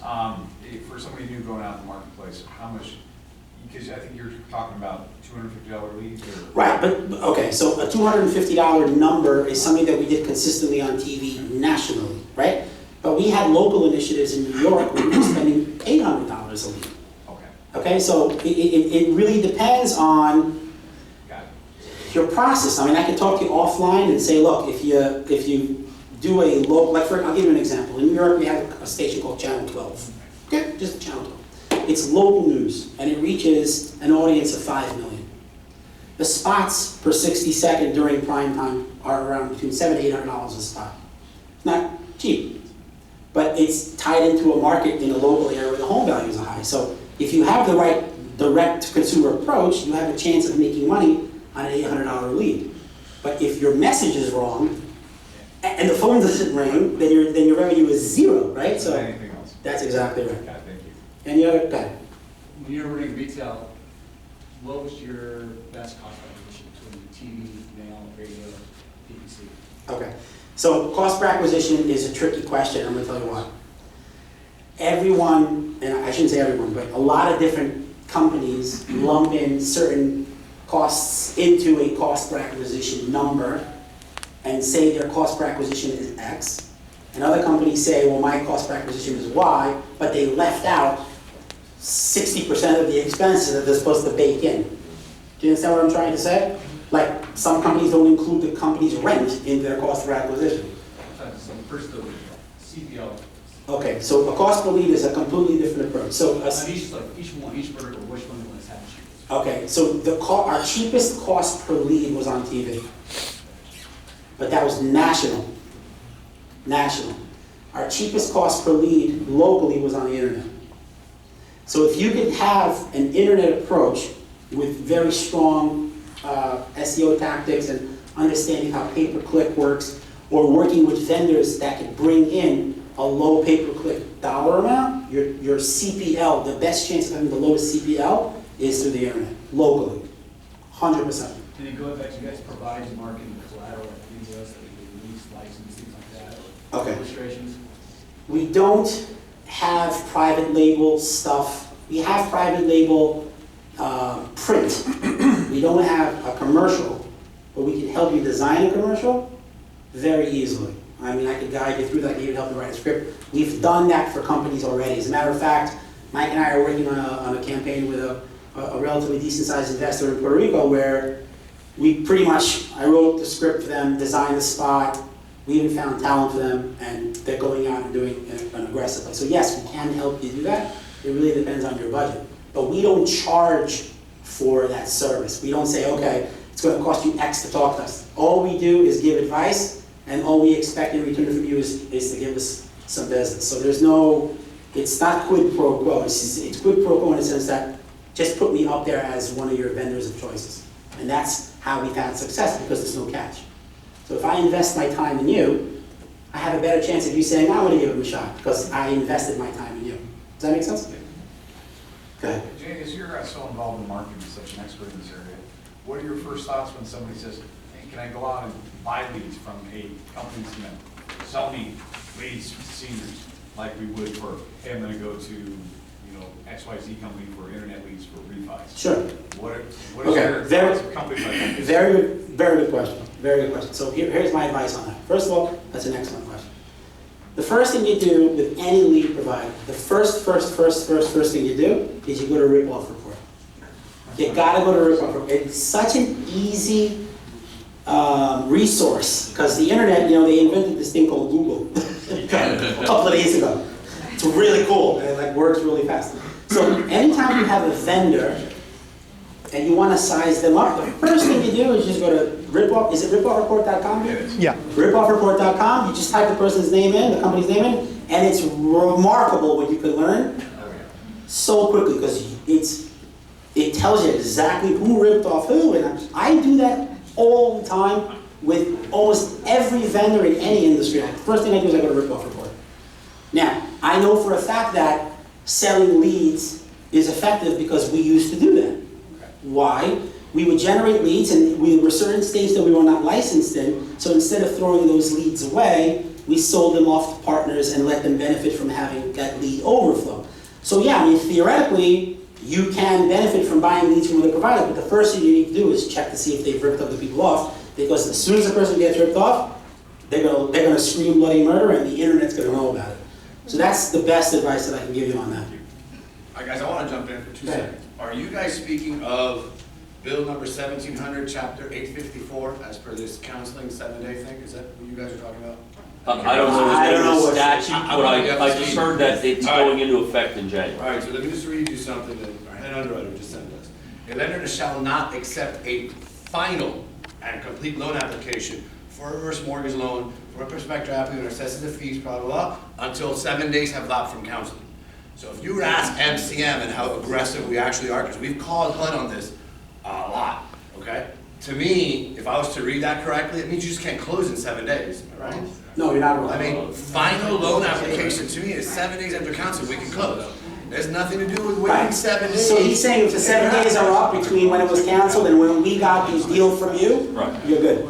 Right. So I could take the application, Of but course. can it have We a can't date? close. It can't have a date any earlier than 7 days That's correct. past the Correct. Nothing the has counseling. changed from the way it certificate. stands today, which is, we've called HUD on this, we have guidance in writing that says you're allowed to take an application, you just can't spend $1 on the customer until they pass counseling. And this just says you just can't close for 7 days. They do counseling, let's say they do it today, and because you're so far ahead of the service, let's just say that the process, you want to close tomorrow, you just can't do it, 7 days.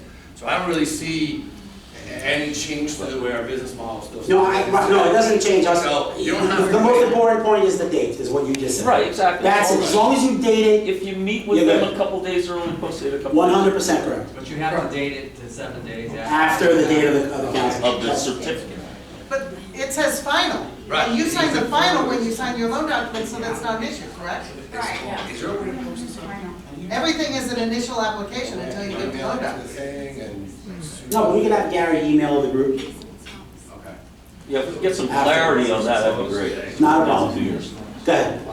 Yeah, Are you guys a direct lender? Yes. If the loan gets closed and funded, who do you sell it to?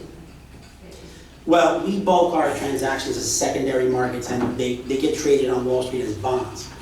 So the investor base for the pool of business that we aggregate is the bond world. It's no one that you really would have ever heard of anyway. But yes, we are a direct lender. Oh, okay. So you fund the Yes. loans and everything? The whole 9 yards. Okay. Good. This compensation, 3%, does this apply to reverse mortgages also? The 3%? Talk about the Dodd-Frank, 3% for forwards. 3%? Right. Well, is not the 3% when you actually have an affiliated business relationship and we're pick the service provider for the customer? I mean, again, we are like two left-handed people like this when it comes to forward mortgages, because there's too many moving parts, and I don't think we're smart enough to figure all this out like you guys do. Right. But to my knowledge, the 3% cap is if you are picking a service provider for the customer. Am I not right? I don't know. 3% in my understanding is for the broker and the lender fees, that's it. Well, that is not. That doesn't apply, now, in our world, no. So when you're doing your reverse, that doesn't apply to us. I think a better question might be is, what does a typical compensation look like for a broker that brings a transaction to you? Okay, Is so that a fair question? it's a fair question. I mean, we have set pricing. I don't have pricing matrix. We've heard about the world of, hey, make 8, 9, 10, 11, 12 points on a reverse mortgage versus being limited to 2 or less for the most part. Right, so what you should do is you should go through your pricing with Gary, and he can give you a much more precise, in-depth answer, because there's different products that yield different results, but we do have set pricing. I guess I have a question for you, actually, so I'm turning it around. In general, maybe for everybody else here, what is the average of forward mortgage mix for you guys? Average, is it 4%, 3%, 5? 175. Gross or net to your pocket? 1.75. 175? 3 or 4. Right. So in the reverse world, right, so in the reverse world, I mean, the economics are exponentially so much greater. You know, a senior turns 62 at a rate of 10,000 people per day. I mean, that's just a fact. So the market constantly grows, and the industry as a whole is not growing. And the reason that the industry as a whole is not growing is because the industry is spending more time cannibalizing each other's loans. So when you sit back in your office and you say, that guy Jay was pretty slick and that was a pretty cool seminar. Sound like he knew a couple of things, blah, blah, blah. But I'm going to give AAG a shot. Just remember that AAG is 97% retail and 3% wholesale. So when you're going to keep feeding the engine with the retailers that are competing against you and cannibalizing each other's volume, the industry will not grow. It will not grow.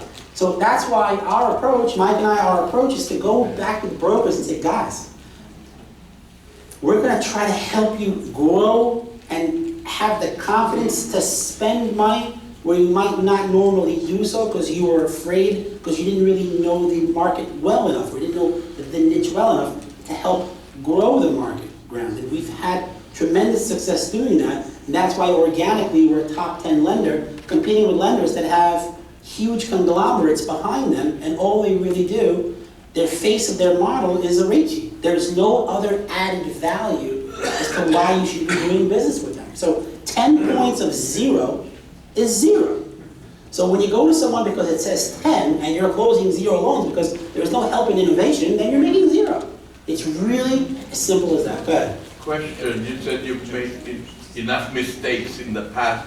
So what's the biggest no-no when we advertise or in reverse mortgage? Okay, good question. Did you want to say something?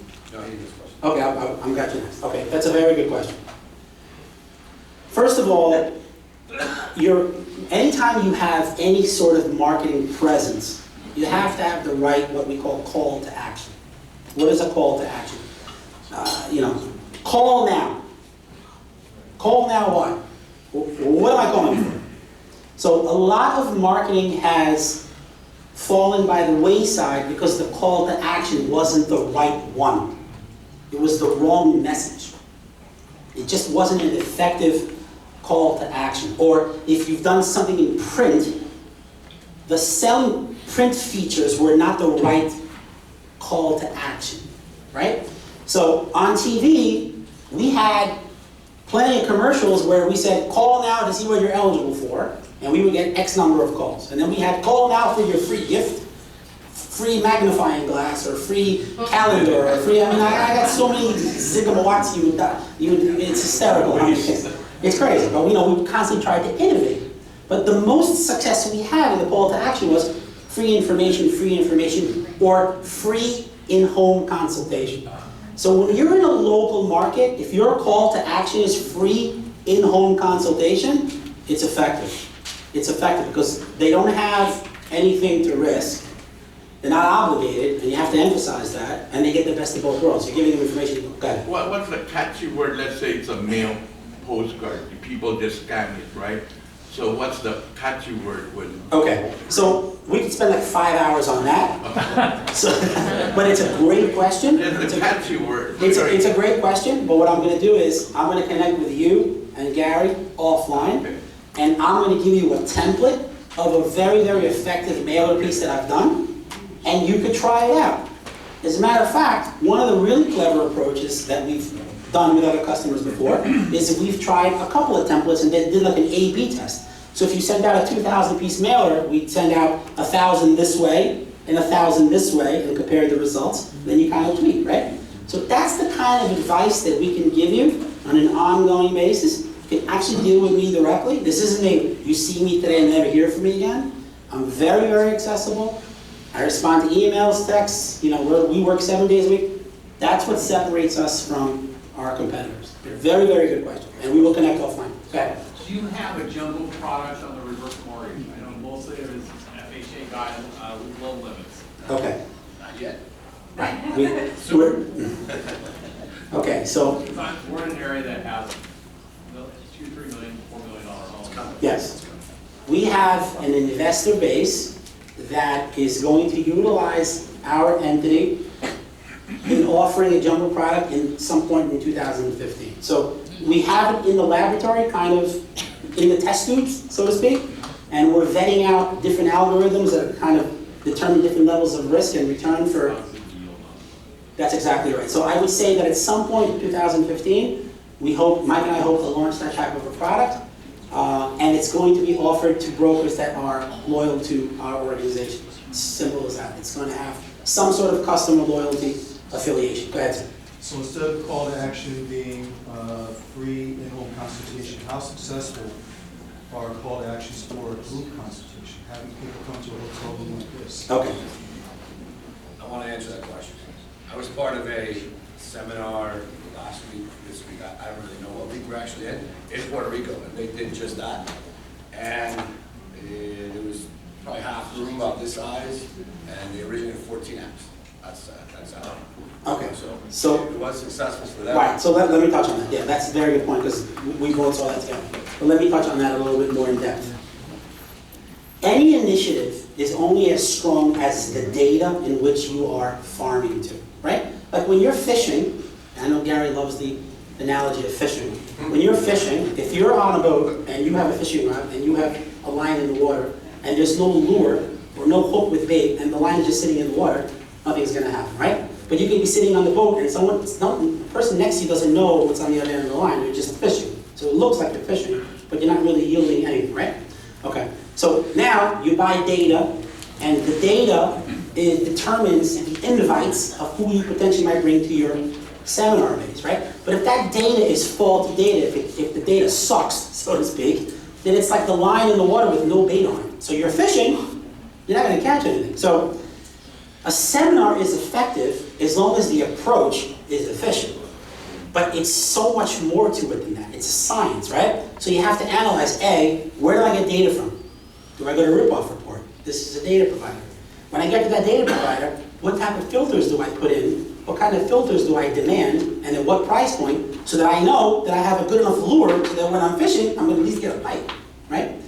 So let's say you got all your filters in a row and you have your data properly done. Now, how are you going to deliver the invites? Are they going to be done electronically? Are they going to be done in the mail? Are you going to use priority mail, standard mail, regular mail? Have you figured out what the cost is going to be for your cost per acquisition? Let's assume we figured that part out, right? Now, You create, now you have to find the venue. Now you have to price the venue out properly, right? Because you're going to give a free giveaway. The venue has to be done in a way where they might want to utilize a room on a night where the place is generally slow. So maybe you get a good price point in a restaurant that's slow on a good night. What's the giveaway? That's the next point. Then when the people actually show up, what are you going to talk about? Who's going to present? Do you have the skill set, I don't mean you, I'm saying in general, do you have the skill set to present in front of a group? Because it's not easy to get up in front of 60 people and just do a whole shtick, right? It's kind of hard. But if you're prepared, you can do it. So when you get up in front of a group, what are you going to talk about? Are you going to have testimonials? Is there a pre-done script to do that? When the people are there, are they going to be signed in? Are you going to have a log so you can drip email them after they leave? Are you going to take applications when they're at the seminar? Are you going to tell them what they're eligible for on the spot? There's so much you have to put thought into, and this is the type of advice that we can give you offline. This is the type of dialogue that I want to have with someone like you, because I know that if I invest the time, like I said to my friend before, if I invest the time in you, you're going to invest in us also. Fair enough? Any other questions? Go ahead. First of all, I want to thank you for your presentation. Because when I was coming here, I was kind of in a doubt, because I've been doing the loans for a long time. In my 20 years of mortgage lending, I only did one reverse mortgage, which was 2004. Oh, so it's been huge change, right? Sure. But I think that you convinced me to this is a market, future market for making money. That's tremendous. Yeah, That's great. Because the prime lending for mortgage is really hard to make the same kind of money that we used to make.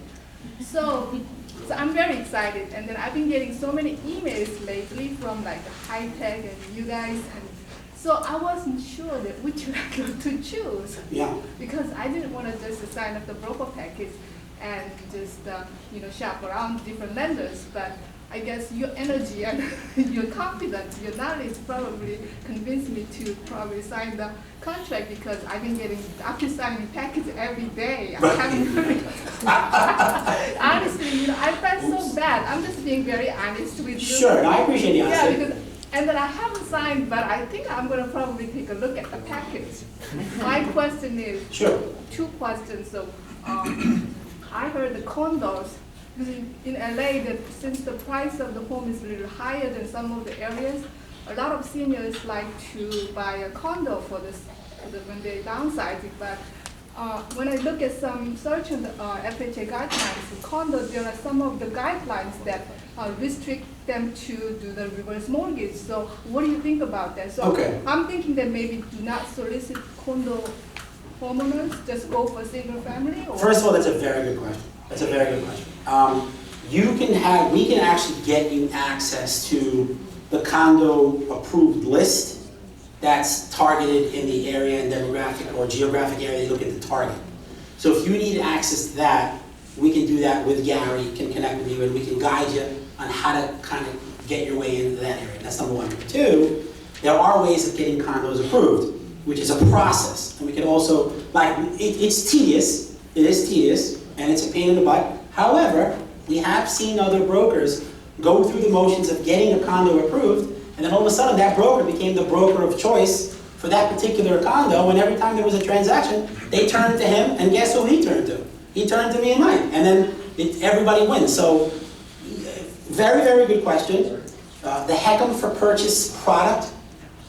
Yeah, okay. You want to talk about it? Okay. The Heckam for Purchase product is a fantastic product. It's underutilized. It's underutilized because it's not marketed enough, or a lot of brokers don't market it because they don't understand it. It's the basic fundamentals of people will shy away from things they don't understand. Not because they don't like it, just don't know enough. So they say, I don't want to embarrass myself, and they don't bring it up. But it's a very underutilized tool. That's a fantastic way for a senior to be able to buy something utilizing a reverse mortgage and not have payments going forward. So we have a lot of information on that product as well. Gary can touch base with you on that offline. We have literature on that product that actually gives you the step-by-step protocol on how a reverse purchase works and guide you on how to figure out which condos are approved and can get approved. And thank you for your comment. That was very nice of you to say. Go ahead. Actually, it's kind of adding to that. You talk about proprietary and jumbo products. Yes. Do you happen to know if you're going to be able to cover condos that are not approved FHA. Would that be part of it? I don't know. But I will have more more information in the first quarter of next year. But that's a fair question. And I know we'll definitely be in touch with you on that topic. How about the eligibility requirements? Will it be similar to the FHA product? No, it's going to be totally different. It's going to be totally different. But that's still a work in progress. Did you have a question? Yeah, I was gonna say, on the FHA approval process, I had to run the HUD Santa Ana a couple times to do some stuff in Newport Beach. It really wasn't hard, and all the underwriting was done in Chicago.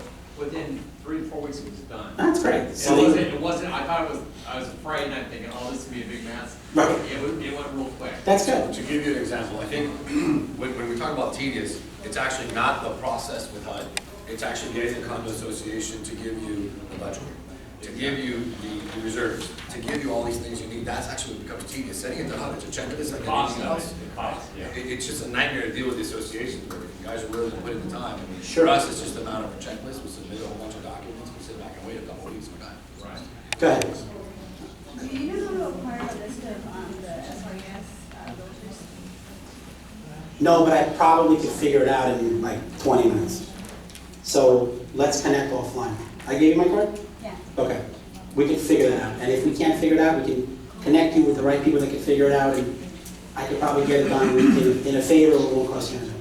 Okay. We should be able to do that. Okay. Is Gary our go-to guy then to get kind of nuts and bolts of the process, and for us that haven't done reverses, just to learn the process? Yes, and I'll tell you why that should be the case on many levels. Number one, Gary is the hardest working guy in show business. Yes. Okay, right, Mike? Oh my God. I mean, and how do you not like him? He's just a really likable. He's just a really likable guy. But he works really, really hard. And I will tell you that it's the mantra of our model. It's from the top down. Mike and I are very passionate about what we do. We're very kind of really like intense kind of guys. I think you guys could size that up today. We're not faking our passion. It's kind of, we live and breathe how we're going to do this. And we emulate that to everyone. And he's in contact with his broker base 7 days a week.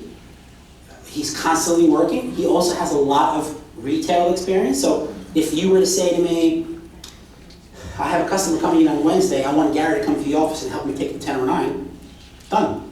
Be in the office. Right, it's done. And you know what? Those are the most lucrative relationships, because 10 points of 0 is 0.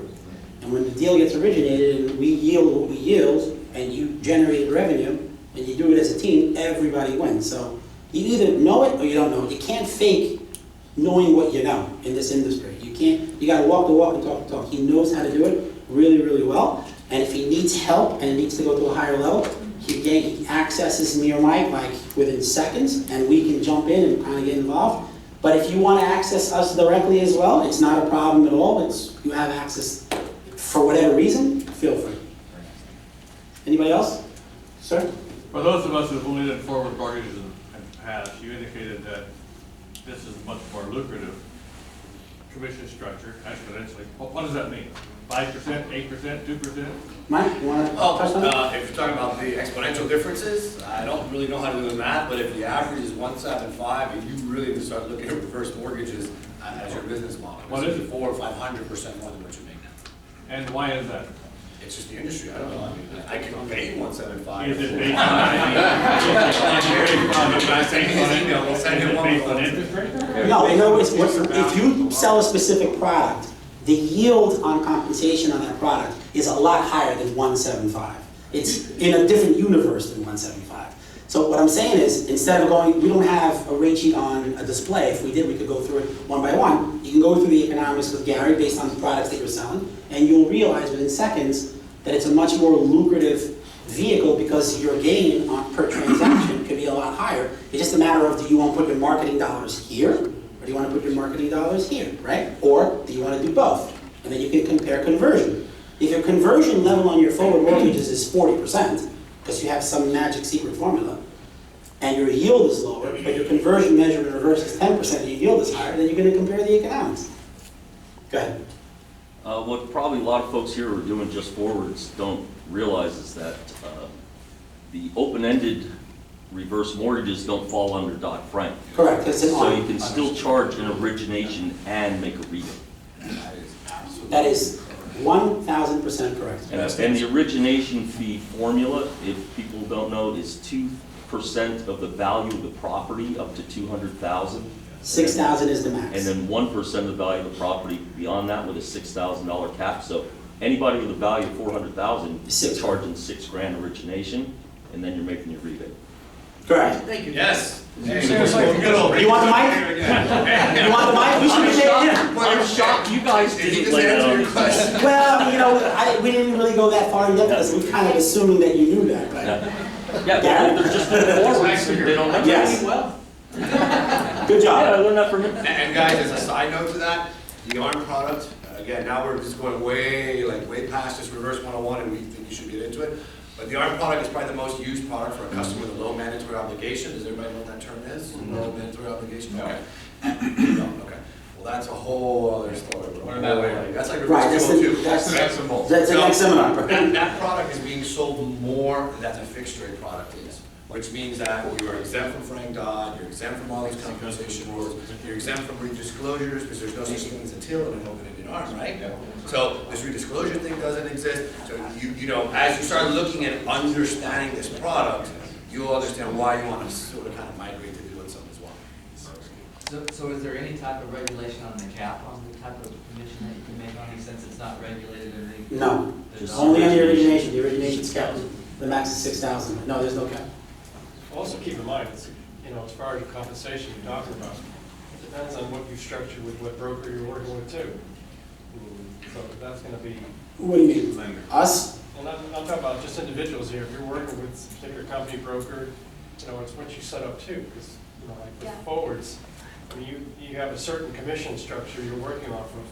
The same thing might work with reverses. Right, they might force you to do the same thing, and we don't. That's why You're these only guys are making great. X amount, so Yep. that's the other thing to think. Go ahead, I got you next. Can I add to that really quick? As owners and mortgage loan originators, you are allowed to have different comp packages for open-ended loans. So if I was a mortgage loan originator, you were a forward mortgage shop, I'm sure you would have me at a comp package for forward mortgage, which is X. Basically, you're making gross 175, so it's probably not much more than that. And you'd probably have me at Z on the reverse open-ended loan. Go ahead. We're brokers, so we're with Plaza Home Mortgage, and they allow us to do reverse mortgage, but their compensation to us is 2.5. Is that what your forward mortgage compensation is? Right, so that's like putting that's literally like putting handcuffs on you. Yes. It's handcuffs. That's good for us because it's almost like saying they're not in the wholesale business. They're forcing you to be their retailer. All right, so did everybody hear that? Because I think I want her to stand up here and say that again, because that's extremely relevant. She works with an investor that does forward mortgages with her, and she's at a forward mortgage 2.5% comp package, and it's their business model that she can only make 2.5 on a reverse. Great for them, it's fantastic. It would be a great business model for me as a company to adopt, but that just doesn't make any sense. It's crazy. It absolutely doesn't make any sense. Yeah, it's not fair because we're making the sale. Correct. We also want a percentage for us for making the sale. Did you sign our broker package? fair. Here's one of the 600 that I emailed. Yes, I did. Go ahead. I'm kind of confused on the compensation because there are lenders that on the rate sheet it shows 10 points. I mean, that's the last reverse mortgage I did. So I'm confused with this 6,000 now. No, the 6,000 is the origination fee. Right, that's So different. so there's two vehicles. That's the rebate. 6,000 is on an arm. You were talking about how you could charge an origination fee plus make a rebate. You can do both. Okay, I was told, okay. Okay, does that answer your question? Yes, that Okay. does. Who's next? Anyone? Go ahead. So Gary, I know that this compensation is very lucrative. I find I was shocked actually when I look at the rate system of them. Yeah. How long do you think this will last? I don't think they will last. How long do you think the pricing will last? Good question. That's a good question for someone who's never been in the reverse business. Yes, good Lord. So I was thinking that why did I know before?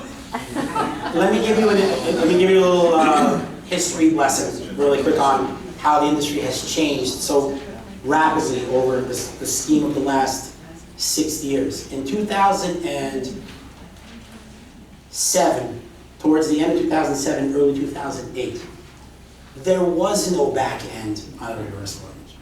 There was no 10 points, 7 points, 9 points. Not only was there no 7 points, 9 points, or 10 points, it actually cost money to do a reverse mortgage, which means that when you originated a transaction and placed it with your end investor, whatever the cost was would come out of your origination fee. So if it was minus a quarter because it didn't transact well in the secondary market, the $6,000 that you charge or whatever it is will be reduced by whatever the cost was. Why? Because there wasn't a bigger enough robust investor pool with the big appetite for the product. And the only vehicle that bought the end product was Fannie Mae. Fannie Mae bought the reverse product. So we had one product, which was the Treasury bill. It was an adjustable rate, and every loan that got originated was done and sold as a T-bill, and every loan winded up with Fannie Mae. As the industry changed and the world economic climate has changed, different private equity firms, different hedge funds, different investors, whether they be locally or overseas, started looking for investment vehicles. They thought that a reverse product, since it's insured by HUD, and it has some sort of an insurance wrapper assigned to it, they found it to be very sexy. And it created a demand. And all of a sudden, there was a tremendous appetite for the paper. Because the end consumers that were investing in those big companies were looking for a return. And they loved the concept of having something insured against depreciation. So all of a sudden, investors started coming out of nowhere and started asking for the paper, and the industry moved away from relying on Fannie Mae exclusively, and we developed what's called the securitization market. And with that securitization market starting as in the infantile stage back in 2007, 2008, the demand got aggressive, and the prices started slowly increasing to very, very high levels.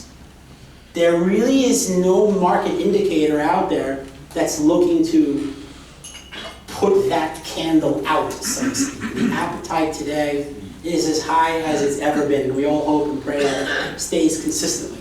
But indicators are not showing a loss or lack of appetite. As a matter of fact, what happens is investors today react on what happened yesterday. So in 2008, they couldn't look backwards because there was no industry before that. There was nothing to really compare it to. So they didn't have a big level of data to assess value. You'll hear things like duration periods and the yield on duration and how often the transactions turn over, what are the default rates, how do these products behave as a bond. They didn't have a pool of information to learn from. Now the industry grew from 2008 to 2014. You have so much data. So today you can look back and say, I have 6 years worth of aha factors, and now I can project going forward how I think this product is still sexy and in demand. So I think that the demand today is at an all-time high. The problem is we need innovation. We need people like you to have the confidence to jump into the space and market and grow it. Does that make sense? Makes sense. Okay. Thank you. This charter just proves demand. Yes. It's gonna be bigger and bigger. There's more, there's gonna be more elderly people as time goes on. Right. The growth on the growth on the baby boomer concept is so exponentially aggressive at 10,000 people per day that the market pool is underserved. It's really, really underserved. So, sure. And you guys are going to notice a trend as well. It's funny. I'm going to go back 2 seconds to a funny story. Jason was talking about his dad. Well, if you think he was tough to convince his dad, you try convincing a Hispanic from South Florida to do a reverse mortgage. Yeah, okay, good luck. So it took me like 6 months to convince my father as well to do his reverse mortgage.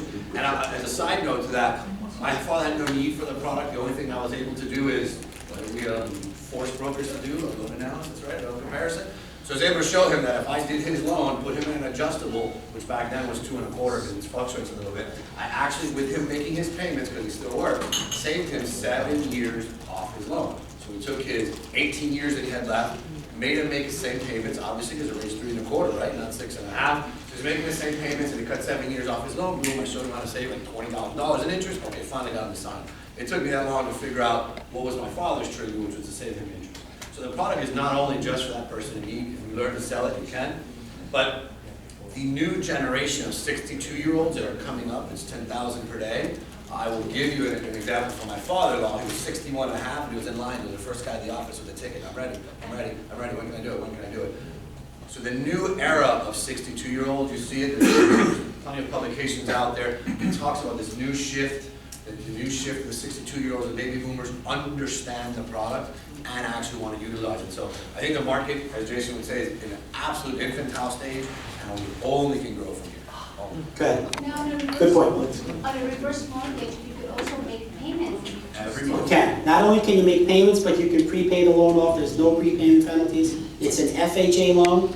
It's a non-recourse loan, which means you can never owe more than the house is worth. So in the event that the house goes upside down and there is a loss, the mortgage insurance premium that you pay in your loan up front plus on an annual basis covers the estate against that loss. And that's why it's such a sexy product, because it has coverage.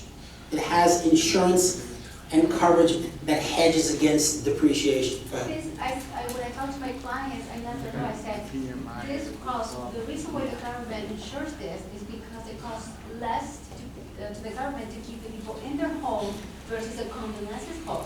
Because you have to pay $3,000 a month to live in a convalescent home for a nurse to take care of you.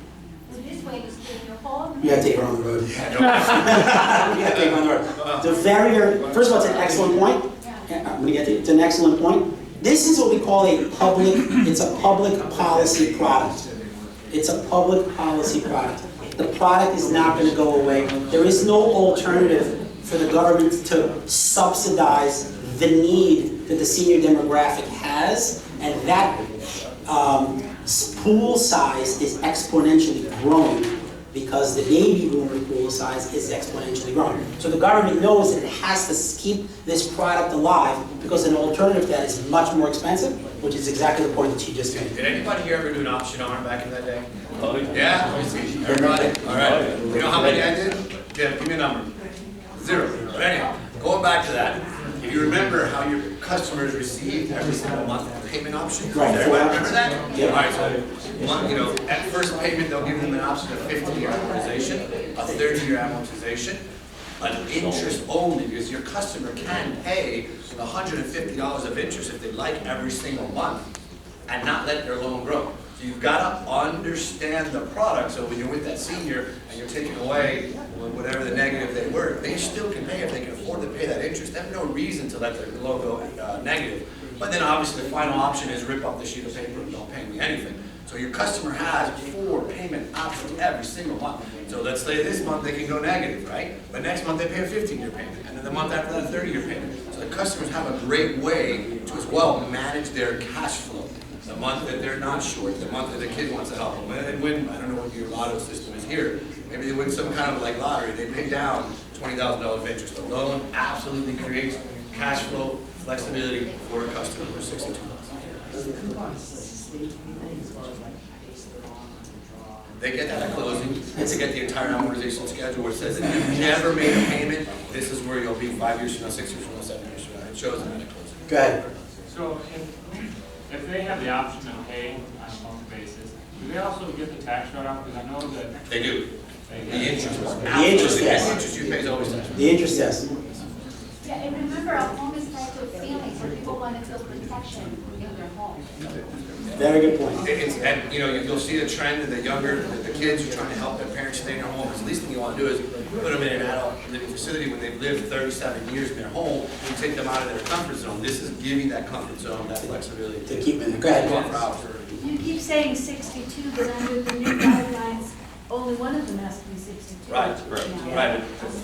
Right.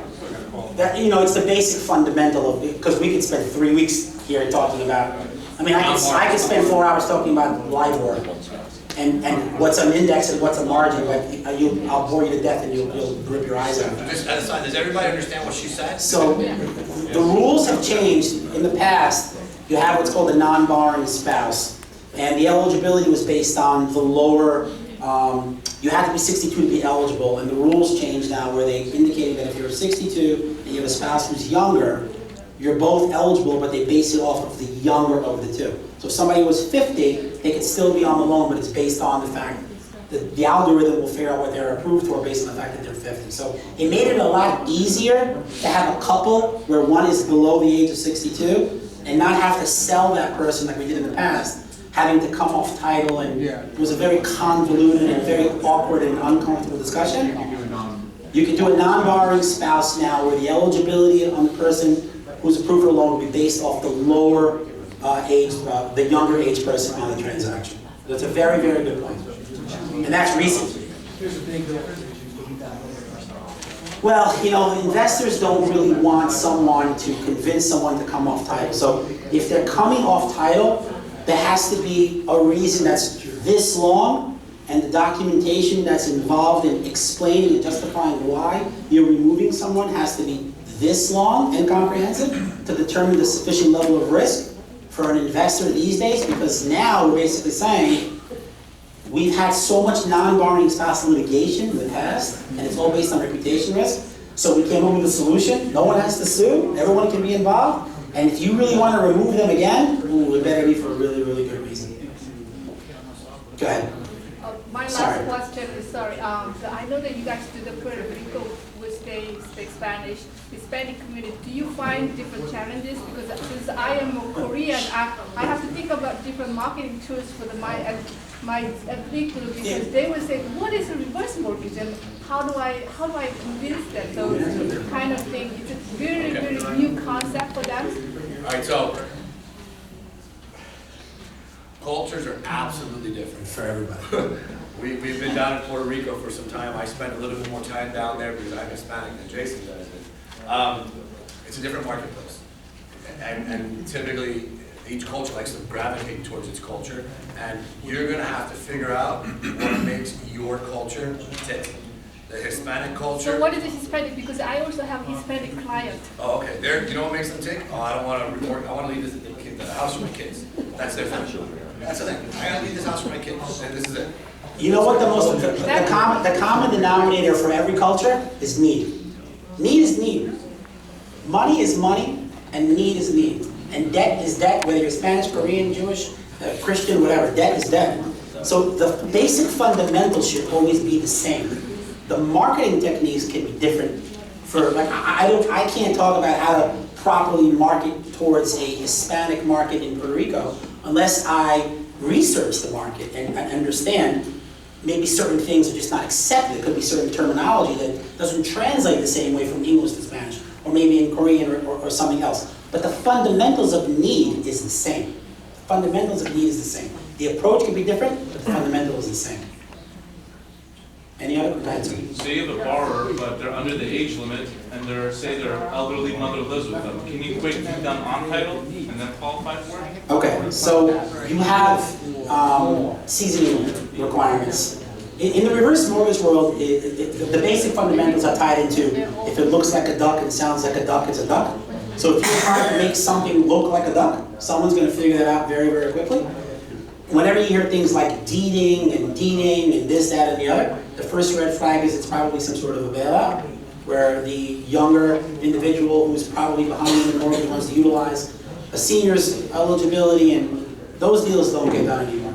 Once upon a time they did, but a lot of people exploited the market and took advantage of it, just like they did in the subprime world, and that window closed quickly after a certain number of years. So today, deeding on and off has to make sense, and the scenario can definitely not be involved anyone being behind on their mortgage. So that's the first sign. And then you have primary issue requirements where you have to be able to convince the lender that it's an actual duck and it's not a goose. You know what I mean? So we can talk about that. Any other questions? Go ahead. I'm sorry. As far as servicing goes, this is kind of okay. Are you guys doing most of your servicing for what period of time? Okay, so in the industry there are a couple of servicers that are what we call master servicers for the reverse space. They understand the reverse space extremely well. We do business with multiple servicers. When I say multiple, I mean two. There's really only two services in the marketplace that are actual master services. We don't deal with other servicers that don't utilize reverse as their only niche. So any reverse deal that you have originated will wind up with a master servicer that specializes only in reverse. From a consumer standpoint, when they get put into one of those services, do they have a way to go online and do their bill pay?